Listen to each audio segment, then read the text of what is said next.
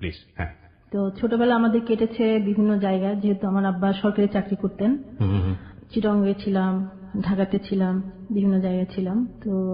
তো চিটংয়ের কথা বলি, তখন আমরা ছোট ছিলাম, আমরা বিভিন্ন জায়গায় বিকেলে বের হতাম, সব বান্ধবীরা মিলে ঘুরতাম, পাহাড়ে চড়তাম, আবার পাহাড় থেকে নেমে আসতাম, পাহাড়ে বসে দূরে সেই দৃশ্য দেখতাম। চট্টগ্রামের।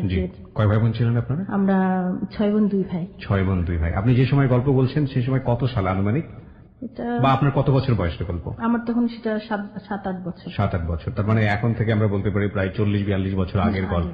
জি। আমার ছোটবেলা থেকে আমার মনে আছে, আমার বাবা খুব ছোট আমি ছিলাম তখন, আমি খুব ফ্রি হ্যান্ড আঁকতে পারতাম, আমার মা খুব ভালো আঁকতে পারতেন। আপনি ভাই বোনদের মধ্যে আপনার পজিশন? সেকেন্ড ছিলেন আপনি। বড় ভাই কি ভাই ছিল? না, আমার 6 বোনের পরে 2টা ভাই। ওকে, বলুন তারপর। তো আমার মাও খুব ভালো গান গাইতে পারতেন, যদিও উনি মানে টেলিভিশনে বা রেডিওতে গান করতেন না, এমনিতে ভালো গান করতে পারতেন, ভালো আঁকতে পারতেন, খুব শিল্পী মনা ছিলেন। তো ছোটবেলায় আমার একটা প্রকৃতির প্রতি আমার খুব একটা নেশা ছিল। তো যেমন পাখি দেখতাম, আকাশ দেখতাম, খুব মনোযোগ দিয়ে দেখতাম। তবে আমি ভালো খেলাধুলো করতে পারতাম, এবং আমাদের স্কুলে যে গানের প্রোগ্রাম হতো সেখানে গান করেছি অনেক। ক্লাস 7-এ পড়ি, তখন আমার জীবনের প্রথম স্টেজে গান করা। তো ছোটবেলা থেকেই আমার মা বলেছে, আমি শুনেছি যে আমার রেডিওর প্রতি খুব ঝোঁক ছিল। তো আমি রেডিও থেকে শুনে শুনেই গান শিখেছি তখন। আমি প্রথম জীবনে গাইতে পারেন? হ্যাঁ, গাইতে, টেলিভিশনে গান করেছি আমি। আমরা কি শুনতে পারি আপনার কাছ থেকে? হ্যাঁ হ্যাঁ, খালি গলায়। আমার সোনার ময়না পাখি কোন দোষেতে গেল উইরা রে, দিয়া মোরে পাখি রে, আমার সোনার ময়না পাখি। সোনা বরণ পাখি রে আমার, কাজল বরণ আখি,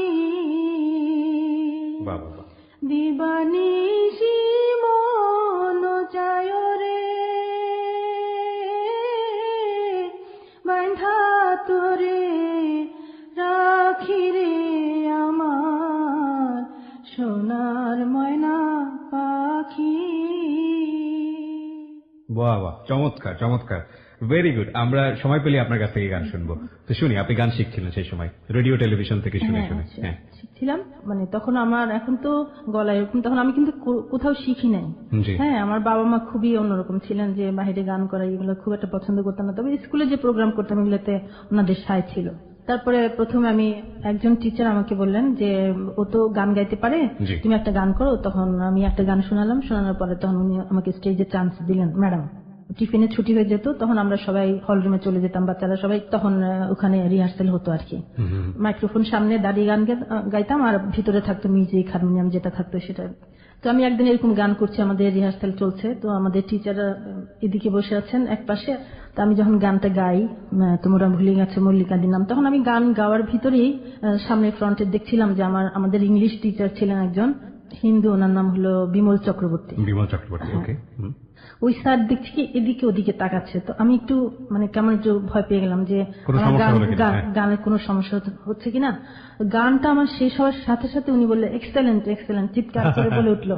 তো এটা আমার একটা জীবনের একটা এটা হলো আমার ছোটবেলার, একেবারে ছোটবেলার গল্প। তখন আমরা একটু বড় হই, তখন আমার বাবা আবার সরকারি চাকরি নিয়ে মালয়েশিয়া যান। তখন আমরা 2 বোন আমাদের নানার বাড়িতে ছিলাম। পরে আমি যাই আবার, 2 বোনকে রেখে বাকি পরিবার নিয়ে চলে যায়। হ্যাঁ, ছোটগুলোকে নিয়ে চলে গেছে ওনারা। আমাকে আবার 1 বছর পরে আমার বাবা নিয়ে যায় ওখানে। এটা কোন ক্লাসে পড়া অবস্থায়? তখন আমি ক্লাস 9-এ পড়ি। ক্লাস 9-10 পড়ি। তখন আমরা ওখানে পড়াশোনা করি, স্কুলে ভর্তি হই। তখন আমি ক্লাস 10-এ পড়ি। তখন আমি অবশ্য কারোর সাথে কখনোই মানে এই যে প্রেম করা, তারপরে ইয়ে করা, আমি কেমন জানি একটা ভয় পেতাম আর কি। ছেলেদের চোখের দিকে তাকালে আমার কেমন জানি একটু লাগতো, লজ্জা লাগতো, মানে একটু অন্যরকম ছিলাম আর কি, তাকাতেই পারতাম না, আনইজি লাগতো। তো যখন মালয়েশিয়া চলে যায় বাবা মা, তখন আমরা ছিলাম ওখানে, খুব ভালো একটা পরিবেশ ছিল বলবো, একটু বলতেই হয় না, বললেই না। আমার 3টা নানার বাড়ি পাশাপাশি ছিল। হ্যাঁ, 3টা বাড়ি, যেমন 8টা ভাই 8 বাড়িতে গেছে। হ্যাঁ, তো নানাদের বাড়িতে হলে প্রত্যেক বাড়িতে বাগান, পুকুর, আলাদা ঘাটলা, মানে ঘাট, পুকুর ঘাট, খুবই সুন্দর পরিবেশ। আমার জীবনের যে মালয়েশিয়ার যে জীবনটা সেটাও খুব ভালো লেগেছে এবং নানার বাড়ির জীবনটা খুবই আমার ভালো লেগেছে। এবং জীবন মানুষকে যে পাল্টে দেয়, প্রত্যেকটা মানুষেরই ছোটবেলার একটা গল্প থাকে ভালো লাগার। তখন আমার মনে আছে যে আমাদের রাস্তা থেকে যে বাড়িতে ঢুকতাম, নানা বাড়িতে ঢুকতাম, তার পাশে ছিল যে খেজুর গাছ, ছোট ছোট এরকম বেঁকা হয়ে হয়ে খেজুর গাছ, মাটির পাতিল বসিয়ে দিয়ে যেত, তখন আমরা পাট করি ঢুকাই আমরা রস খেতাম। ওই রসটা যে কিরকম ছিল, একটু লাল লাল ধরনের ছিল যখন তাজার যে রসটা, আমরা সেটা মানে ভুলতে পারি না। হ্যাঁ, নানাদের বাড়িতে পরিবেশটা আবার খুব ভালো ছিল, সবাই খুবই শিক্ষিত ছিলেন। সবসময় শীতে বা গ্রীষ্মে যখন ছুটি পেত ডিসেম্বরের দিকে সবাই চলে আসতো গাড়ি নিয়ে, সবাই একসাথে হয়ে। আবার নদীর পাড়ে ছিল বাড়িটা। হ্যাঁ, তো তখন ওই নদীর পাড়ে সবাই পিকনিক করতো, সবাই একসাথে হয়ে পিকনিক করতো। রাতে ওই নারকেল, তারপরে চাল, তাজা রসটা দিয়ে একটা পায়েস রান্না করা হতো। ওই সময়টাতে পুরো ফ্যামিলি মালয়েশিয়াতে, কিন্তু আপনি আপনার নানুর বাড়িতে। হ্যাঁ হ্যাঁ, তো পায়েস রান্না করা হতো আর কি। তো মামারা, তারপর খালারা যারা আছে, খুবই ভালো লাগতো। আবার আমরা গোল্লা ছুট খেলতাম, ধান কাটার পরে আশেপাশে যে জায়গাগুলো ছিল ওগুলো তো খালি, আমরা চাঁদের আলোতে গোল্লা ছুট খেলতাম আর কি। বাহ, এগুলো আসলে যে মানে গ্রামে থাকেনি সে আসলে বুঝতে পারবে না যে এই মজাটা আসলে কি। হ্যাঁ, মজাটা কি। তারপর আত্তিপাতি খেলতাম আমাদের সাথে। হ্যাঁ, আত্তিপাতি মানে অমুক গাছের পাতা টানতে হবে। ও আচ্ছা আচ্ছা, এটা আমি কখনো খেলি নাই। হ্যাঁ, আত্তিপাতি ছিল সেই খেলাটা। তো ওখানে আমাদের যে পরিবেশ ছিল, স্কুল যে আমরা গার্লস হাই স্কুলে পড়েছি, এটা খুবই ভালো এবং খুবই পরিবেশ সুন্দর। আমরা নদী পাড়ে যেতাম। আমার একটা বান্ধবী ছিল শিখা, ও খুব ভালো গাইতে পারতো, ওর বোন ছিল, ও খুব ভালো নাচতে পারতো। এরা কিন্তু মানে কখনো নাচ গান শিখে নাই। তো আমরা বিভিন্ন খেলাঘর আসলে সম্মেলন করেছি, বিভিন্ন জায়গায় গিয়েছে অনুষ্ঠান করার জন্য। তো এভাবেই সময় কেটে যাচ্ছিল। তো কোন এক সময়, যেহেতু আমি তো বললাম যে আমি কখনো আসলে প্রেম করি নাই, কেমন জানি একটা ইয়ে ছিল যে পছন্দ ছিলাম। হ্যাঁ হ্যাঁ, তখন আনন্দেই কেটে যাচ্ছিল। তো একটা আমার কোন খালার বাসা না কোন মামার বাসা আমার খেয়াল নেই সেটা, তো একটা ম্যাগাজিন পেলাম। তখন সেখানে ওই যে ব্যক্তিগত বিজ্ঞাপন ছিল। আচ্ছা। হ্যাঁ, ওখানে লেখা ছিল, অনেক অ্যাড্রেস দেওয়া থাকতো যে ফ্রেন্ডশিপ করার জন্য, পেন ফ্রেন্ডশিপ। আচ্ছা। তো ওখান থেকে একটা বেছে আমি একটা অ্যাড্রেস নিলাম। আমার নিশ্চয়ই ছেলে। ওকে, কি ছিল ওই সময়টাতে? সে পড়াশোনা করছে। পড়াশোনা করছিল? কিসে পড়াশোনা করছিল? ও মেডিকেল কলেজে 4th ইয়ারে পড়তো তখন। মেডিকেল কলেজে 4th ইয়ারে পড়ছিল? বাহ, তারও সময় দেখে আমরা অবাক হচ্ছি। সেও ব্যক্তিগত বিজ্ঞাপন দিয়েছে। যাই হোক, হ্যাঁ বলেন। তারপর আমি ওই নামটা বেছে নিই, নেওয়ার পরে তখন বেছে নেওয়ার পরে আমি চিঠি লিখে দিই আমি আপনার সাথে ফ্রেন্ডশিপ করতে ইচ্ছুক। মানে এটা কি আপনি আসলে ওই মেডিকেল কলেজে 4th ইয়ারে পড়ছে এটাই আপনাকে বেশি অ্যাট্রাক্ট করে? না, এটা না, মানে লেখাটা খুব সুন্দর ছিল। আমার লেখাটা পছন্দ হয়েছে। কি লেখা ছিল মনে আছে? সুন্দর মনে একটা মানুষ খুঁজছে ফ্রেন্ডশিপ করার জন্য। ওকে ওকে, যেহেতু আমিও সুন্দর একটা ভালো একটা মানুষ খুঁজছি। পেন ফ্রেন্ডশিপ সম্পর্কে বিশেষ করে অনেক ইয়াং ছেলেরাই বা মেয়েরাই বুঝতে পারবে না আসলে পেন ফ্রেন্ডশিপ ব্যাপারটা আসলে কি। একটা সময় ছিল যখন একটা ম্যাগাজিনই বের হতো, একটা নাই বলবো বেশ কয়েকটা ম্যাগাজিন বের হতো, যে ম্যাগাজিনগুলোতে ব্যক্তিগত বিজ্ঞাপন দেওয়া যেত, ওখানে নিজের ঠিকানা দেওয়া যেত, নিজের সম্পর্কে বলা যেত, ওই ঠিকানায় অনেকেই দেখা যেত তারা চিঠি লিখতো। ইউনিভার্সিটিতে আমি যখন ফার্স্ট ইয়ারে পড়ি তখন ওই বিষয়টা ছিল, আমি দেখেছি অনেক বড় ভাইরা এই কাজটা করতো। নীলক্ষেত এবং নিউ মার্কেটে আমি দেখেছি যে বইগুলো বিক্রি হয়, ম্যাগাজিন বিক্রি হয়, পেন ফ্রেন্ডশিপ করার জন্য আলাদা মানে ঠিকানা দিয়ে একটা ম্যাগাজিন বের হতো এবং অনেকেই সেটা ব্যবহার করতো। Very interesting. ওকে, তো সেই পেন ফ্রেন্ডশিপ আমলের গল্প করছেন আপনি, ঠিক আছে বলুন। তারপর আমি লিখলাম, আমার লেখা লিখলাম যে আপনার সাথে আমি পেন ফ্রেন্ডশিপ করতে ইচ্ছুক। তা আপনার লেখাটা আমার ভালো লেগেছে। পরে আমি তো অপেক্ষা করছি চিঠিটার জন্য।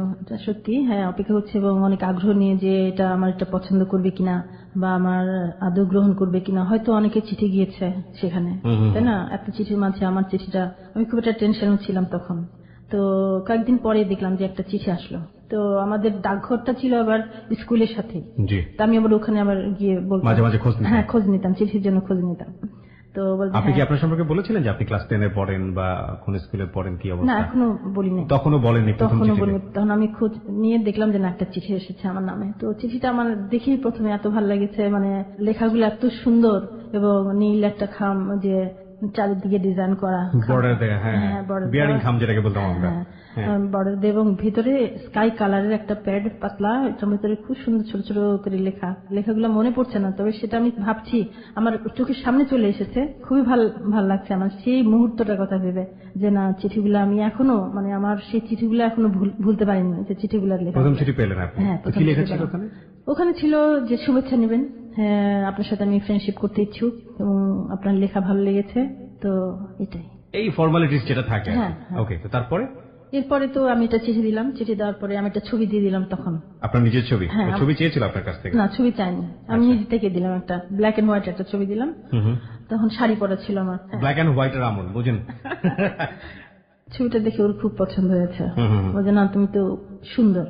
তো এভাবে চিঠি আদান প্রদান হতে লাগলো এবং যে লেখাগুলো এগুলো তো আমি পড়তাম। আমার যে একটা অনুভূতি ছিল যে আমি যাকে মানে খুঁজেছি, মনে মনে যাকে খুঁজছি, মানে আমার মনে হয় যে তাকে আমি পেয়েছি। আপনি তো একটা আপনার ছবি দিলেন, ওই সময়টা থেকে উনি ওনার একটা ছবি দিল রিপ্লাই, নাকি ছবি দেয়নি? না, ছবি দেয়নি। মানে ছবি দিয়েছেন, মানে আপনি তো তাহলে আপনার সম্পর্কে ইন ডিটেল বলেই দিলেন যে আপনি আসলে দেখতে কেমন, কোথায় পড়াশোনা করছেন, বয়স কত, ছবি দেখে তো ধারণা করতে পারছিল। ওকে, হ্যাঁ বলেছি আমি যেমন কি পড়াশোনা করছে, ও জিজ্ঞেস করেছে, তো আমার পরিচয় সবই বললাম, আমি ছবি দিলাম।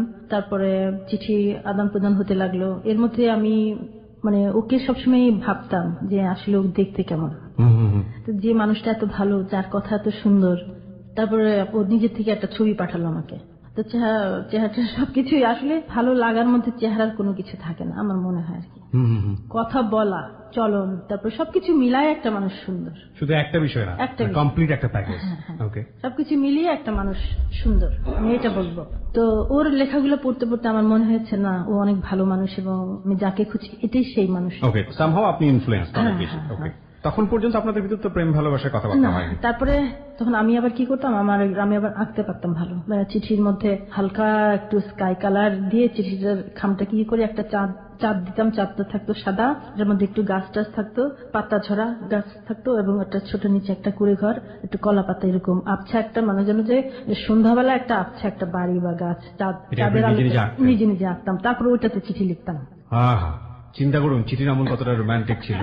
একটা চিঠির জন্য কত প্রিপারেশন, এবং চিঠিটা পাঠানোর পরে টেনশনে থাকা, চিঠিটা ঠিক মতো গেল কিনা, এবং তারপরে চিঠি পাওয়ার পরে কি ভাববে, তারপরে কখন লিখবে, এবং তারপরে সেই চিঠিটা আসবে, আসার পরে খুলে সেটা রিপ্লাই পড়া, মানে এত বেশি লেন্দি কিন্তু এত বেশি ইনফ্লুয়েন্সিয়াল এবং এত বেশি ইমোশনাল ফিলিংস এর ব্যাপার ছিল। চিঠির আমলটা আসলে খুব বেশি দিন দূর হয়নি, আমাদের কাছ থেকে চলে গেছে। আমরা বলতে পারি যে আমার বাবা আমার কাছে চিঠি লিখতো, তার মানে আজ থেকে 12-13-14 বছর আগের ঘটনা যে আমাদের কাছ থেকে চিঠি চলে গেছে। আমার মার চিঠি, আমার বাবার চিঠি এখনো আমার কাছে ওইভাবে একদম যত্ন করে রাখা আছে। চিঠির আমলটা আসলেই অনেক বেশি সুন্দর ছিল। জি বলুন। তারপরে তো আমাকে বলতে যে তুমি আমার মানুষই, মানে এর মধ্যে আমাদের মন দেয়া নেওয়া হয়ে গেছে যে ওর লেখা। এবং প্রস্তাবটা কি আগে করলো? ওই আগে করলো? আচ্ছা, কি বলেছিল? তোমাকে খুব ভালো লেগেছে, তুমি আমার মানুষই, তোমাকে ছাড়া আমি কাউকে বিয়ে করবো না, মানে এই ধরনেরই একটা ব্যাপার ছিল কি? ওকে, সন্দেহের একটা ব্যাপার থাকে না যে এই যে পেন ফ্রেন্ডশিপ থেকে আসলো বিষয়টা, ওরও তো নিশ্চয়ই আরো এরকম থাকতে পারতো, কিংবা ও আপনাকে সন্দেহ করতে পারতো যে যেহেতু পেন ফ্রেন্ডশিপ থেকে আসছে নিশ্চয়ই আপনারও আরো কারোর সাথে। আরেকটা জিনিস আমি এখানে বলবো আপনার সাথে, সেটা হলো গিয়ে আমরা একটা মানুষের সাথে কথা বললে অনেক সময় বুঝতে পারি যে মানুষটা কেমন, ঠিক লেখাটাও ঠিক তেমনই। এতগুলো লেখা যখন ওর কাছে চলে গেছে এবং ওর লেখাগুলো আমার কাছে চলে এসছে, তখন কিন্তু আমাদের মানে পুরোপুরি বোঝা হয়ে গেছে যে মানুষটা কেমন। আচ্ছা, আমি যে মন মানসিকতার, আমার লেখাটা কিন্তু ওই ধরনের আসবে। ওকে, হ্যাঁ। তো ওর লেখাগুলো ছিল খুবই পরিচ্ছন্ন, খুবই সুন্দর। আমাকে পড়াশোনার কথা বলতো যে পড়ালেখাটা ভালো করে মনোযোগ দিয়ে করবে, কারণ এটা হলো নিজের, এটা কাউকে দিতে পারবে না, এটা কেউ নিতে পারবে না কখনো, এটা তোমার নিজস্ব। তখন আমি ওকে ভালোবাসতে শুরু করলাম। আমি তখন একদিন আমি চিঠিতে লিখলাম যে দেখো, আমাকে তো তুমি দেখো নাই, না দেখে তুমি আমাকে ভালোবেসেছো এবং বলেছো দেখতে কালো, আমাকে দেখলে পছন্দ করবে না। ওকে বললাম, তো আমাকে বললো যে আমি তোমার রূপ দেখে তোমাকে ভালোবাসিনি, তোমার যে শিল্পীর সত্তা আমি তাকে ভালোবেসেছি। সে আমাকে এটা বললো। তারপর একটা কথা, অনেক কিছুই লিখতো চিঠির মধ্যে, আমার প্রেম রবি কিরণ হেন, তোমার জ্যোতির্ময় মুক্তি দিয়ে তোমায় ঘিরে যেন, এরকম করে করে সে লিখতো। আর একটা যে লাকি এখন একটা গান আছে না, যে নীলমণিহার তোমায় দিয়ে গেলাম শুধু মনি রেখো, মানে যে এই গানটা যখন সে আমাকে লিখেছে তখন আমার কাছে মনে হয়েছে যে এটা একটা চিঠি আমার কাছে এসেছে, ওর কথা। লাকি এখন তো আপনাদের সময়ের তুমুল জনপ্রিয় শিল্পী, আমাদেরও খুব রেসপেক্ট, এটা খুব পপুলার একটা গান ছিল। হ্যাঁ, এবং আমি আসলে মূলত একজন শিল্পী, টেলিভিশনে গান করেছি। 84 সনে আমি ইয়েটা নিয়ে এসেছিলাম, আপনাকে দেখাবো। একটা চেক দিয়েছিল আমাকে টেলিভিশন থেকে, প্রতিভাস অনুষ্ঠানে, 84 সনের কথা বলি। গানের ভিতরে যারা শিল্পী, আমি যদি গান করি, আমি যদি গানের সুরের ভিতরে ঢুকতে না পারলাম তাহলে আমি গান গাইতে পারলাম না। আমাকে কথার ভিতরে, সুরের ভিতরে ঢুকতে হবে, তখনই আমি গানটা গাইতে পারবো ঠিক মতো। ও কি জানতো, মানে আপনার সে সময় যিনি যার সঙ্গে আপনি এটা করছেন নামটা কি ছিল? আমিনুল ইসলাম। আমিনুল ইসলাম। তো এই যে আমিনুল সাহেবের সঙ্গে আপনি তখন যে কথোপকথন বা যে বিষয়গুলো হচ্ছে, ও কি জানতো যে আপনি গান গাইতে পারেন? হ্যাঁ, আমি বলেছি যে আমি গানের কথাগুলো লিখতাম শুধু, যেমন যে আমার সোনার ময়না পাখি, ঠিক আছে, এটা যে প্রথম যে লাইনগুলো এবং মাঝখানে যে লাইনগুলো, এগুলো প্রত্যেকটা মাঝে মাঝে দিয়ে দিতাম চিঠির মাঝখানে। পুরো চিঠিটাই একটা শিল্প আর কি, না দেখলে বোঝা যাবে না আসলে এটা কি অবস্থা, যারা এটা দেখেছেন তারাই বুঝবেন। আচ্ছা, যেহেতু আমি গানগুলা দিতাম এবং গানগুলা করতাম, তখন সে বুঝে গেছে যে আমি ভালো মানে গাইতে পারি। আচ্ছা, এভাবে করে আমাদের সময় কাটতে লাগলো এবং একদিন দেখলাম যে একটা রক্ত দিয়ে চিঠি লিখলো সে, হাতের আঙ্গুলের মধ্যে পিন দিয়ে বা কি দিয়ে রক্ত দিয়ে চিঠি লিখলো। ততদিনে তো আপনাদের মধ্যে সম্পর্ক হয়ে গেছে? হ্যাঁ হ্যাঁ, সম্পর্ক হয়ে গেছে। ও তো তখন বলেছে যে তোমাকে ছাড়া আমি বিয়ে করবো না, বলেছে। চিঠির প্রতীক্ষায় থাকতাম শুধু। আমার একটা মামা ছিল, ওনাকে বলতাম যে মামা আমার চিঠি এসছে কিনা, তখন বলতো যে না এখনো আসেনি, আসবে। তো আর সেই যে চিঠি আমি শুকে দেখতাম, চিঠিটা এত সুন্দর গন্ধ, কি যে ভালো লাগতো চিঠির ভিতরে। হ্যাঁ, এবং আমাদের নানার যে বাড়িটা ছিল এটা খুব নীরব ছিল। পুকুরের ঘাটের চারপাশে লেবু গাছ ছিল, অনেক সময় লেবু গাছের নিচে বসে চিঠি পড়তাম, খেজুর গাছের নিচে বসে চিঠি পড়তাম, তো অনেক সময় ঘাটে বসে চিঠি পড়তাম, এরকম। হ্যাঁ, চিঠি বারবার পড়তেন? হ্যাঁ, বারবার পড়তাম। তো যখন ওর কথা মনে পড়তো চিঠিটা খুলতাম, খুলে দেখতাম। আচ্ছা, অনেক সময় ও আমাকে দেখতে চেয়েছিল যে তুমি আসো, তোমাকে দেখে তোমাকে খুব দেখতে ইচ্ছা করে। ও তখন ঢাকাতে না, তখন সে রাজশাহী মেডিকেল কলেজে পড়তো। ওকে, আচ্ছা। আর আপনি তখন? চাঁদপুরে। ওকে। তখন ও আমাকে বলে যে তোমাকে দেখতে ইচ্ছা করে, খুবই দেখতে ইচ্ছা করে, তোমার চেহারাটা আমার ভাসে চোখের সামনে, তোমার সামনাসামনি বসে যদি তোমাকে দেখতে পারতাম যে আমি তোমার সামনে বসে আছি, তুমি আমার সামনে বসে আছো, এরকম দেখতে ইচ্ছা করে। নীরবে দুজনকে দেখবো, শুধুই দেখবো। তখন ভাবতাম যে ওর সাথে যদি আমার, জানি না আল্লাহর হুকুম কি আছে, ওর সাথে যদি আমার দেখা হয়, ওর সাথে যদি আমার বিয়ে না হয়, মানুষ কত কিছুই ভাবে, কত কিছুই কল্পনা করে, কিন্তু কোন এক সময় দেখা যায় যে এটা হয় না। তো এই জন্য আমি চিন্তা করতাম যে আমি না দেখে যাকে এত ভালোবেসেছে, দেখলে তো আমি তাকে কখনোই ভুলতে পারবো না। তো এই জন্য আমি চিন্তা করলাম যে না, ওর সাথে আমি দেখা করবো না। আপনার মনের মধ্যে হলো যে এতটুকু হয়ে গেছে, না দেখাটাই বরং ভালো। হ্যাঁ, যদি কখনো যদি ওর সাথে দেখা হয় বা কোনোদিন হয়, তাহলে তো দেখা হবেই, এটা নির্ধারিত আছে আল্লাহর কাছে, যদি থাকে তাহলে হবে, এর বেশি আর জড়াতে চাইনি। তো আমার বাবা চিঠি লিখেছেন যে তোমাকে তো আমি নিয়ে আসবো মালয়েশিয়া, তুমি প্রস্তুত থেকো। তখন আমি ওকে চিঠি দিলাম যে আমি মালয়েশিয়া যাব, মালয়েশিয়াতে যাব। তো ওটা শুনে একটু বলে যে আবার কবে আসবে তুমি? আমার বাবা মা যখন চলে আসবে তখন আমি চলে আসবো, হয়তো 2 বছর পরে। তো আমাকে ভুলে যাবে না? তো বলছে না, কেন ভুলে যাব, পৃথিবীর যে প্রান্তে যায় না কেন, তোমাকে তো কখনোই ভুলতে পারবো না, যেহেতু তুমি আমার প্রথম। ওকে, প্রিয় শ্রোতা, আমরা জায়গাটা একটু ছোট্ট বিরতি নেই। যেই সময়ের গল্প আমরা আজকে এখানে উপস্থাপন করছি সেই সময়টা অনেক আগের সময়, কিন্তু এই পেন ফ্রেন্ডশিপ বলেন বা চিঠি দিয়ে যোগাযোগ বলেন, এই সময়টা আমাদের খুব বেশি আগের সময় না। এক যুগ আগে গেলেই আমরা দেখতে পাবো যে সেই সময়টাতে মোবাইল ছিল না, সেলফোন ছিল না, যাই বলি না কেন, তখন মানুষ চিঠি লিখে যোগাযোগ করতো। এবং এই চিঠি বলি বা মানি অর্ডার বলি, টেলিগ্রাম বলি, এই বিষয়গুলো আসলে অপেক্ষার, এবং এই অপেক্ষার সাথে অনেক ধরনের অনুভূতি জড়িয়ে থাকে। উৎকণ্ঠা, কি লিখে না লিখে, কি রিপ্লাই আসে না আসে, মানুষটা কেমন আছে তাকে নিয়ে সবসময় যে চিন্তা। এই যুগে যারা ছিলেন না তারা আসলে অনুভব করতে পারবেন না যে এই ফেসবুকের একটা রিপ্লাই দেওয়ার সঙ্গে সঙ্গে দুনিয়ার যে প্রান্তে থাকুক না কেন, সঙ্গে সঙ্গে একটা রিপ্লাই আসছে, সেলফোনে মুহূর্তের মধ্যেই কথা বলা যায়। এখানে আসলে ওই ফিলিংসটা কাজ করে না। আমরা মনে পেয়েছি সেবা, আমরা যেখানটায় ছিলাম, আপনি বলছিলেন যে আমিনুলকে সেই সময়টাতে আপনি একটা চিঠি দিয়েছিলেন যে আপনি মালয়েশিয়াতে চলে যাবেন, বাবা ওখান থেকে ডেকেছে আপনাকে। তো আমিনুল একটা রিপ্লাই দিল যে কবে আসবে, তখন তাকে একটা বোঝালেন যে কোনো ভাবেই হোক না কেন। ওকে, তারপর চিঠিতে একটা ছবি দিয়েছিল আমাকে, ছবিটা খুবই সুন্দর এবং ছবিটা আমি প্রায় দেখতাম, যখন ওর কথা মনে হতো আমার তখন ছবিটা খুলে দেখতাম। ছবিটার কন্টেন্ট কি ছিল? একটা পাহাড়ের উপরে সে, মানে বিকেলের একটা রোদ এসে ওর গায়ে পড়েছে, খুব সুন্দর একটা শার্ট পরা, পিঙ্ক কালার বা অরেঞ্জ কালার এরকম ধরনের একটা শার্ট আর একটা ব্ল্যাক প্যান্ট পরা। তো আপনি মালয়েশিয়া চলে গেলেন? তারপর? হ্যাঁ, মালয়েশিয়া চলে গেলাম। মালয়েশিয়া চলে যাওয়ার পরে ওকে চিঠি দিতাম, ও চিঠি দিত আমাকে, তখন আমাদের রেগুলার চিঠি আসা মানে আদান প্রদান হতো। এরপরে মালয়েশিয়াতে ওইখানে আমি একটা কিন্ডারগার্টেন স্কুলে মাস্টারি করি এবং ওখানে বিভিন্ন প্রোগ্রামও করতাম। ওখানে সুফিয়া আমিন ছিলেন রেডিও আর্টিস্ট, তারপর আরেকজন ছিলেন রুকসানা। মালয়েশিয়াতে কি? মালয়েশিয়াতে, মানে বাংলা। ওকে। তো ওখানে একটা কথা না বললেই না, উনি বেঁচে নেই, অ্যাম্বাসাডার ছিলেন মুস্তাফিজুর রহমান। তো উনি আমাকে খুবই পছন্দ করতেন, ওনাদের বাসায় আমরা প্রায় যেতাম, আমাদেরকে প্রায় দাওয়াত দিতেন। উনি সবসময় বলতো যে, আমার বাবার নাম ধরে বলতেন, আপনার মেয়ে তো খুব গুণী, হ্যাঁ, ওখানকার যে অনুষ্ঠানগুলো পরিচালনা করা এগুলো সব আমি করতাম। এই কথাটা এই গল্পের মধ্যে আসতেই হবে এবং আমি কখনো ওনাকে ভুলবো না। আমি শ্রদ্ধা করি, আজও শ্রদ্ধা করি। উনি যদি আজও বেঁচে থাকতেন তাহলে আমি অবশ্যই ওনার সাথে দেখা করতাম। উনি আমার প্রিয় ব্যক্তিত্ব আমি বলবো। হ্যাঁ, খুবই স্নেহ করতেন এবং ওনাদের বাসায় আমরা যখন যেতাম তখন ওনার ওয়াইফের ছোটবেলার একটা হারমোনিয়াম ছিল। আন্টি যখন ছোটবেলায় গান করতেন সেই হারমোনিয়ামটা ওখানে নিয়ে গিয়েছেন। তো হারমোনিয়ামটা নিচে নামিয়ে নিয়ে আসতো। ডুপ্লেক্স বাড়ি ছিল এবং বাড়িটা খুবই সুন্দর, চারিদিকে সাজানো গোছানো, মানে খুবই সুন্দর। আশেপাশে চারদিকে পাহাড় ছিল, ছিল খুবই সুন্দর। বিরাট ড্রয়িং রুম, তো মাঝখানে ছিল কার্পেট, ওখানে হারমোনিয়াম নিয়ে আমি বসে গান করতাম। তো অনেক ধরনের গান করতাম আমি তখন, রবীন্দ্রসঙ্গীত এবং ইন্ডিয়ান আধুনিক বাংলা গান, তো ওইগুলা করতাম। আবার আমাদের বাসায় দাওয়াত দিত আমার মা, আমার আম্মা দাওয়াত দিতেন ওনাকে। তো এরকম এবং বিভিন্ন জায়গায় ঘুরেছি। যেমন আমরা বিকেলবেলা আমি আবার খুব ভালো সাইকেল চালাতে পারতাম, ওখানে খুব সাইকেল চালাতাম আমি। আমাদের এরিয়াটা ছিল আর্মি অফিসার, যেহেতু আমার বাবা একজন আর্মি অফিসার ছিলেন। তো আমরা ছিলাম কর্নেল আরিফ সাহেবের বাড়িতে, ওটা একটা ডুপ্লেক্স বাড়ি। তো ওটাও একটা খুবই সুন্দর, ছোট ছোট আম গাছ ছিল, এটাতে আম ধরে থাকতো, আবার ওদিকে আবার ফুল করতো। পেঁপে গাছ ছিল, এত বড় বড় পেঁপে, লাল লাল পেঁপে। তারপরে ছোট ছোট গাছে জাম ধরে থাকতো। আমাদের পাশে একটা মালয়েশিয়ান একটা মেয়ে ছিল, নাম ছিল রোজিতা। তো ওই রোজিতাকে নিয়ে আমরা পাহাড়ে ঘুরতে যেতাম। আমরা আমার বোন ভাই ওদেরকে নিয়ে, বাসা যেখানে ছিল ওটার পাশে ছিল পাহাড়। তো ওখানে আমরা বিস্কিট, তারপর ড্রিঙ্কস এগুলো করে বোতলে করে নিয়ে যেতাম। হ্যাঁ, তো বিকেলে ওখানে যেতাম। বেশি একটা উঁচু না পাহাড়, একটা টিলার মতো। তো ওখানে এটার নিচে যে ঢালটা, ওখানে ছিল রাবার গাছ, অনেক বড় বড় রাবার গাছ ছিল। রাবার গাছ ছিল এবং রাবারের ছোট ছোট পাতিল দেওয়া থাকতো। আর আরেকটা যেটা আমরা করতাম, যেটা মালয়েশিয়া একটা জিনিস দেখছি, যেটা যে ওখানে হলো গিয়ে কেউ বেকার থাকতো না।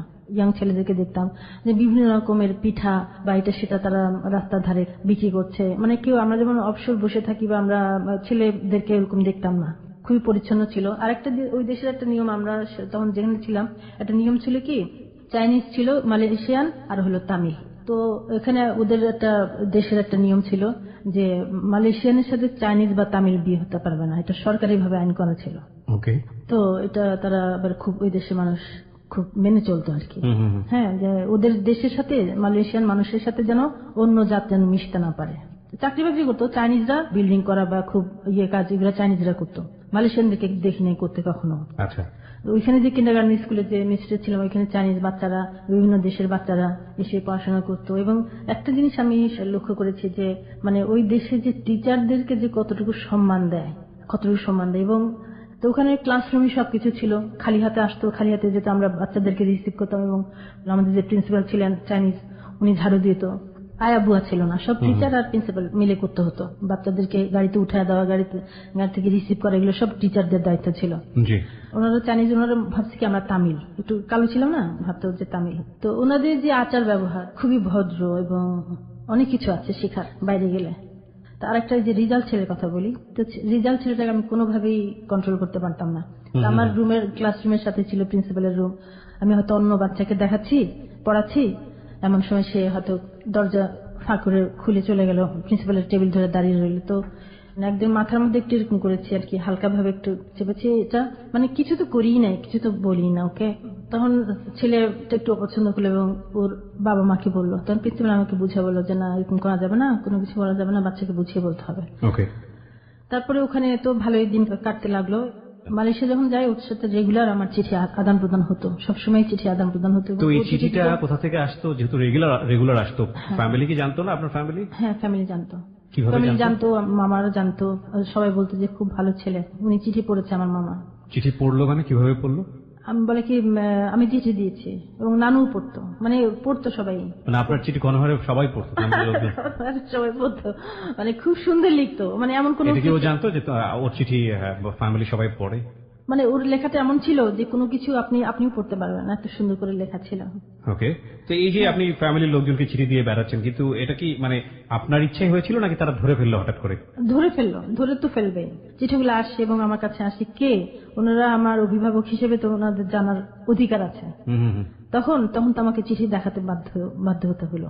তখন আমি চিঠি দেখালাম। চিঠি দেখানোর পরে বলতে, না, ছেলেটা খুবই ভালো, তুমি যোগাযোগ রাখো।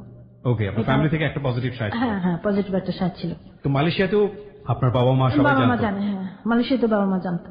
তার মানে কোনো বাধা ছিল না? না, কোনো বাধা ছিল না। ছেলেটার সঙ্গে যোগাযোগ করতে চাইনি আপনার চিঠিটা পড়ে? যোগাযোগ ওনারা করতে চাইনি, ফ্যামিলির লোকজন করতে চাইনি? শুধু আমি করেছি। ওকে, ঠিক আছে, তো মালয়েশিয়াতে আপনার যোগাযোগ ছিল। হ্যাঁ, তারপরে মালয়েশিয়া থাকার পরে তখন আমরা দেশে আসবো। এখন আব্বারও চাকরির মেয়াদ শেষ, ওখানে কয়েক বছরের জন্য গেছে এবং উনিও চলে আসবে, আমরা চলে আসবো। আসলাম বাংলাদেশে, এসে আমি আদমজিতে ভর্তি হলাম। বাংলাদেশে এসে এসএসসি দিলাম। ডিসেম্বরের 3 তারিখে আসলাম, আমার মনে আছে। মার্চে না এপ্রিল এসএসসি পরীক্ষা দিলাম, পরীক্ষা দিয়ে ভালোভাবে পাশ করলাম। করার পরে দিয়ে রেজাল্ট ভালো করে তখন আমি আদমজি ক্যান্টনমেন্ট কলেজে ভর্তি হই। আচ্ছা, তখন ওর সাথে আমার একটু যোগাযোগটা একটু গ্যাপ হয়ে গেছে। যোগাযোগটা গ্যাপ হয়ে গেল কেন? গ্যাপ হয়ে গেল যে ও চলে গেছে চাকরি নিয়ে অন্য জায়গায়। ওর জব হয়ে গেছে? হ্যাঁ, জব হয়ে গেছে অনেক দূরে। আচ্ছা, ওখান থেকে মানে হয়তো কোনো সুযোগ সুবিধা পাচ্ছে না, বা কোন অ্যাড্রেসে চিঠি দিবে বা কি, আমিও মানে একটু গ্যাপের মতো। তখন আমি একটা চিঠি দিই ওকে, আচ্ছা, যে আমার অমুক তারিখে বিয়ে হয়ে যাবে, তুমি যদি আমাকে সেই তোমার বিগত জীবনের সব কথা যদি সত্যি হয়ে থাকে, যদি বিয়ে আমাকে করার ইচ্ছা থাকে, তাহলে তুমি আসো। এটা কি মানে আপনার সাথে গ্যাপ হয়ে যাওয়ার পরে? হ্যাঁ, পরে। কতদিনের গ্যাপ ছিল? বেশি না, যেমন 5-6 মাস এরকম। এই সময়টা কি সত্যি সত্যি বিয়ে ঠিক হয়েছে নাকি ওকে আপনি যে কোনো ভাবেই হোক? না, ওকে না, আমার মা বলতেছে যে তুমি কাকে ভালোবাসলা, তুমি সে কি তোমাকে আদৌ কি বিয়ে করবে নাকি তুমি জানো, কেন অনেকে বলে থাকে না যেরকম। আচ্ছা আচ্ছা, হ্যাঁ। তো তার মানে আপনার ফ্যামিলি থেকে বিয়ে তখনও ঠিক হয়নি, কিন্তু আপনি যে কোনো ভাবেই হোক ওকে একটু যাচাই করে দেখতে চাচ্ছেন? দেখতে চাচ্ছি যে আসলে সত্যি কিনা। আচ্ছা, হ্যাঁ, যেহেতু গ্যাপ হয়ে গেছে এখন, কারণ আমি তো ভুলতে পারবো না। কতদিন পরে গ্যাপটা হলো? এটা মালয়েশিয়া থেকে আসার পরে ধরেন কত না, আপনাদের চিঠি চালাচালির কতদিন পরে এই গ্যাপটা হলো? মানে তখন 4 বছর পর। 4 বছর ধরে কন্টিনিউয়াসলি চিঠি লিখেছেন। এই 4 বছরে যদি আমি একটু অন এভারেজ বলি, প্রতি সপ্তাহে কি চিঠি আসতো? সপ্তাহে প্রতি সপ্তাহে একটা চিঠি আসতো। আচ্ছা, প্রতি সপ্তাহে একটা চিঠি আসতো। তো একটা গ্যাপ হয়ে গেছে, তখন আমার মা বলতেছে তুমি তো পছন্দ করো, কাউকে পছন্দ করার চিঠি লেখো, আমরাও জানি। এটা কি সত্যি সে তোমাকে বিয়ে করবে কিনা তুমি দেখো। তো আমি একটা ডেট দিয়ে দিলাম যে অমুক তারিখে আমার বিয়ে হয়ে যাবে, তুমি যদি সত্যি আমাকে ভালোবাসো এবং আমাকে বিয়ে করবা বলেছো আগে, যদি তা হয়ে থাকে তাহলে তুমি আসো। তখন এটা বলে আমি তো চিঠি দিয়ে দিয়েছি, কিন্তু চিঠি কোনো রিপ্লাই আসেনি। ঠিক আছে, আমি তখন আদমজিতে পড়ি, তখন ফার্স্ট ইয়ার। আমার রোল নাম্বার ছিল 505 ই সেকশন। আমার ভাইস প্রিন্সিপালের মেয়ে আমার বান্ধবী ছিল রুমি, ও আমার ক্লোজ ফ্রেন্ড ছিল। তো ওর সাথে আমি কমন রুমে গেলাম। তখন আমার চুলগুলো ছোট ছোট ছিল, আমরা ব্যাডমিন্টন খেলে আমি চুল খুলে গেছে, তো ওগুলো আবার ব্যান্ড দিয়ে বেঁধে আমি আসতেছি, ক্লাসে যাব, ঘন্টা পড়ে গেছে, ক্লাসে যাব। তেমন সে আমাদের ডিসিপ্লিন মেনটেন করা হয়েছে। টিচার এসে রুমিকে বলছে যে তুমি কি সেকশন? জি স্যার, আমি এই সেকশনের। তো বলে তোমাদের 505 রোল নাম্বার কার? বলে যে স্যার ওর। বলে ওর সাথে একজন লোক দেখা করতে এসছে। তো তখন আমি চিন্তা করলাম যে আমার সাথে কোন লোক, কে দেখা করতে আসবে। আমি তখনও বুঝতে পারি না যে আসলে ও। হ্যাঁ, আমি কল্পনাও করতে পারি না, যেহেতু কোনো উত্তর নাই, কোনো রিপ্লাই নাই, কিছু নাই। হ্যাঁ, একদম 5 মাস যাবত ফুললি অফ। হ্যাঁ, মানে এটা একদম কেমন জানি একটা হয়ে গেছে, তো চিন্তা করতে পারি না। তো আমি 4-5 হাত হবে দূরে আমি বারান্দা দাঁড়ায় আছি, আমাদের ডিসিপ্লিন মেনটেন করে স্যার, ওই স্যার আমার পাশে দাঁড়িয়ে আছেন উনি। তো দাঁড়িয়ে আছেন এবং টিচারও ক্লাসে যাবেন এরকম বের হয়ে গেছেন। তো এখন আমি দেখি যে দরজার সামনে একজন, টেবিলের সামনে একজন ছেলে দাঁড়িয়ে আছে। তো আমি ওনার দিকে তাকিয়ে আছি, কিন্তু আমি বুঝতে পারছি যে আসলে এই লোকটাকে আমি চিনতে পারছি না, এটা কে। এটা ইন্টারমিডিয়েট সেকেন্ড ইয়ারে যখন পড়ে। হ্যাঁ, ভাবছি যে কে ইনি, চিনতে পারছি না। তো দেখলাম কি ও হাত দিয়ে একটু ইশারা করলো এরকম করে ডান দিক থেকে দেখলাম সাদা শার্ট কালো প্যান্ট পরা, ও বের হয়ে আসলো। ওকে তো ছবি দেখে তো চিনি। ততদিনে কি ও ডক্টর হয়ে গেছে? হ্যাঁ, জয়েন করেছে। হ্যাঁ, জয়েন করেছে। আচ্ছা, হ্যাঁ, বের হয়ে আসছে। তো ওকে দেখে ও এসে দরজার পাশে দাঁড়িয়ে আছে। তো ও তাকিয়েছে আমার দিকে, আমিও তাকিয়েছি। প্রায় 1-2 মিনিট হবে, কেউ কোনো কথা বলি না। ডিসিপ্লিন মেনটেন করে যে স্যার, উনি বারবার আমাকে জিজ্ঞেস করছে যে কি হয় তোমার। আমি আর কোনো কথাই বলতে পারছি না। তো আমার কিছুক্ষণ পরে মনে হলো যে কেউ একজন আমাকে কিছু জিজ্ঞেস করছে, বুঝছেন। আমি এরকম এই সময়টাতে আপনি পুরো মানে একেবারে দুনিয়ার কোনো কিছু শুনতেছেন না, পুরো দুনিয়া থেকে আউট অফ দ্য ওয়ার্ল্ড। ওর দিকে তাকিয়েছি আমি, ওর দিকে তাকিয়েছি। ঠিক আছে, 4 বছর পর যে মানুষটার সঙ্গে আপনার চিঠি লেখালেখি, সেই মানুষটা আপনার সামনে এসে দাঁড়িয়ে আছে। তো আমি তো বললো না যে 2 মিনিট আমি কোনো কথাই শুনতেছি না, মানে কে কি বলছে বা কেউ আছে কিনা ধার পাশে, আমি কোনো কিছুই মনে নাই বা কিছুই দেখছি না, শুধু ওকে দেখছি। আমার একটা ভাব আমার ভিতরে চলে আসছে। তো আমি তখন স্যার যখন বলছে কি হয় তোমার, তখন আমি স্যারের কোনো উত্তর দেইনি। আমি ওকে বলতেছি যে আপনার সাথে তো আমার এখন দেখা হবে না, আপনার সাথে আমার ছুটির পরে দেখা হবে। হ্যাঁ, তখন ও খালি একটা কথা আমাকে জিজ্ঞেস করলে যে ছুটি হবে কখন। তো ছুটি আমার কখন হবে সেটাও আমি ভুলে গেছি আসলে সেই মুহূর্তে। কারণ আমার বান্ধবীকে জিজ্ঞেস করছি যে আমাদের ছুটি হবে কখন, তো ও বললো যে 4:45। আমাদের 3:40 ছুটি হতো। 3:40 ছুটি হতো, তো 5 মিনিট আগে বলে ফেলছে। তখন আমরা ক্লাসে চলে আসলাম। আমি রুমিকে ধরে, আমি রুমির হাত ধরে আমি আসতেছি তো প্রথম সিঁড়িটা বেয়ে একটু সমান জায়গা, ওখানে এসে দাঁড়ায় আবার নিচে ওর দিকে তাকালাম যে কি কোথায় কি করছে বা কি, দেখি যে আমার দিকে এমন ভাবে তাকিয়ে আছে সে অসহায়ের মতো। সেই দৃশ্যটা আমি জীবনে ভুলতে পারিনি। তো একেও খুব করে তাকিয়ে আছে আমার দিকে। তো আমিও দেখলাম ওকে, দেখার পর আমি ক্লাস চলে আসলাম। কি আধা ঘন্টা কোনো টিচার আসে না ক্লাসে। তখন আমাদের যে প্রিফেক্ট মনিটর ছিল ওদেরকে আমি পাঠালাম যে দেখো তো ওই ছেলেটা আছে কিনা। কিসে পড়তেন আপনি ওই সময়টাতে? সেকেন্ড ইয়ারে। কোন কলেজে? Adamjee cantonment college. Adamjee cantonment, okay. তো ওইখানে ওই কলেজের একটা নিয়ম ছিল কি, এখন ছেলেমেয়েরা কি করে জানি না, তখন আমাদের ছিল খুব কড়াকড়ি ছিল যে উল্টাপাল্টা কোনো কিছু দেখলে আমাদেরকে টিসি দিয়ে বের করে দেওয়া হতো, এবং সেটা একটা ভয় কাজ করতো সবসময়। ক্যান্টনমেন্ট স্কুল কলেজগুলো তো এটাই হয় সবসময়, খুব ডিসিপ্লিন। আমি নিজেও ক্যান্টনমেন্টে পড়েছি। জি বলুন। চলে উপরে উঠে গেলাম, ক্লাসে চলে গেলাম। এখন টিচার কেউ আসতেছে না, তখন প্রিফেক্ট মনিটর ওদেরকে পাঠালাম যে দেখো তো ছেলেটা বলে কি হ্যাঁ খুব কথা কাটাকাটি হচ্ছে স্যারদের সাথে। ছেলেটার হ্যাঁ খুব বার্গেনিং হচ্ছে, খুব কথা কাটাকাটি হচ্ছে। ওর ইচ্ছে হলো সে আমাকে নিয়েই যাবে। স্যাররা বলছে না এখানে যেহেতু আমি কোনো কথাই বলি নাই ওখানে। ব্যাপারটা হচ্ছে এরকম যে স্যাররা বুঝে গেছে কিছু একটা হবে আপনার। হ্যাঁ আমি যেহেতু কিছু বলি নাই, আমার বান্ধবীটা বলে যে তুই বলতি যে কাজ দিন, তাহলে তো পরিষ্কার হয়ে যায়। এই জন্য স্যাররা ওকে ধরেছে এবং কথা কাটাকাটি হচ্ছে। বুঝতেই পারছেন যে এরকম অবস্থায় কি হতে পারে, বিশেষ করে ওনাদের সময়টাতে যেখানে কড়া ডিসিপ্লিন।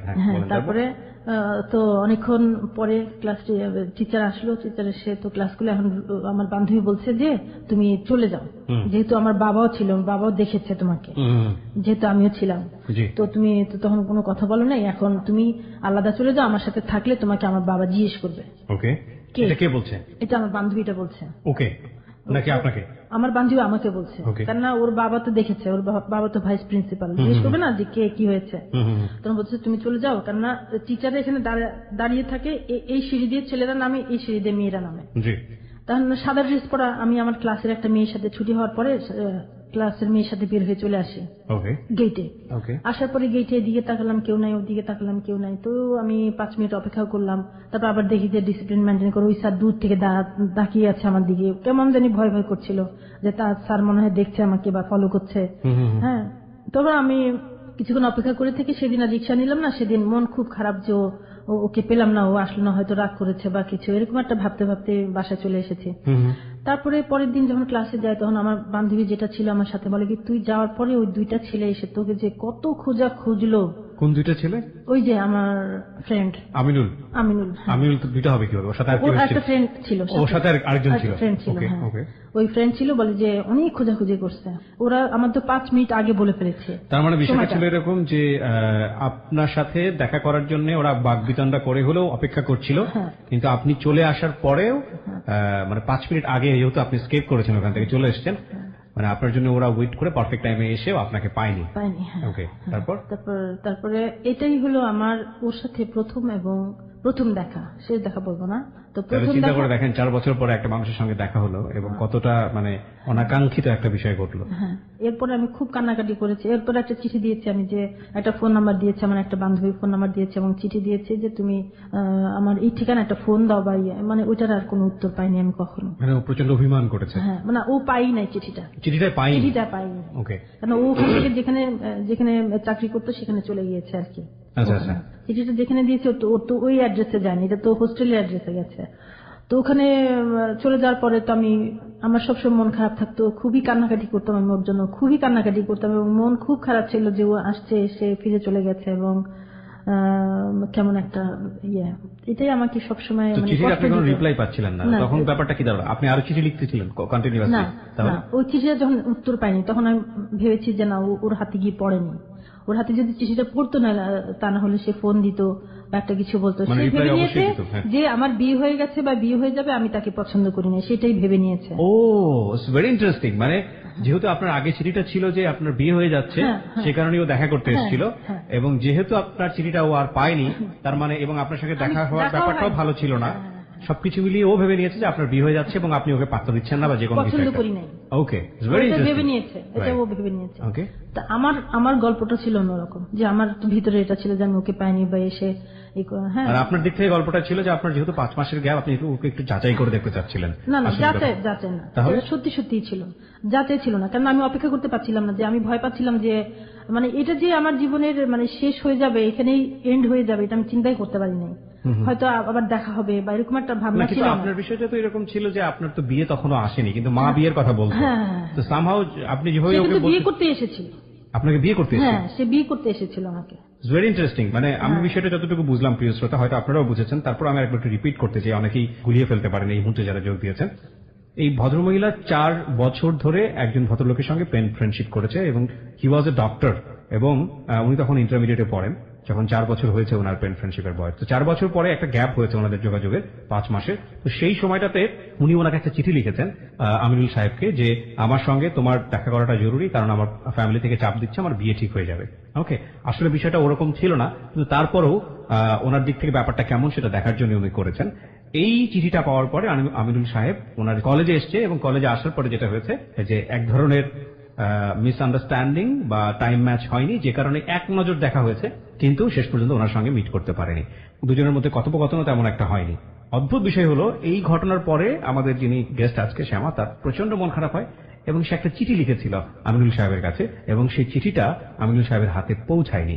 ওদিকে আমিনুল সাহেব মনে করেছে যেহেতু ভালো করে কথাবার্তা বলেনি বা দেখাতে আসলে সিচুয়েশনটা ওরকম অনুকূলে ছিল না, সেহেতু সে ধরেই নিয়েছে যে সে আসলে তাকে পছন্দ করেনি, এবং সে বিয়ে করে ফেলেছে, মানে শ্যামা বিয়ে করে ফেলেছে। বুঝুন অবস্থাটা কতটা জটিল এবং কতটা সিনেমাটিক হতে পারে। বলুন তারপরে কি হলো? তারপরে তো আমি যেহেতু কান্নাকাটি করতেন, হ্যাঁ, সবসময় কান্নাকাটি করতাম। ওকে দেখার পর থেকে আমি শুধু কান্নাকাটি করতাম, এবং আমি ওর কথা বলতে গেলে আমার এখনো চোখে পানি আসে। আসলে আমি অনেক সময় ওর কথা বলতে যাই, আমার আসলে কান্না চলে আসে। প্লিজ আপনি একদম ফিল ফ্রি, মানে আপন মন করে বলেন। কান্না চলে আসে আমার, কেন আমি ওই যে তাকিয়ে ছিল আমার দিকে, আমি মানে এটা ভুলতে পারিনি কোনদিন আর কি। ওইটা আমাকে সবসময় কষ্ট দিয়েছে। তারপরে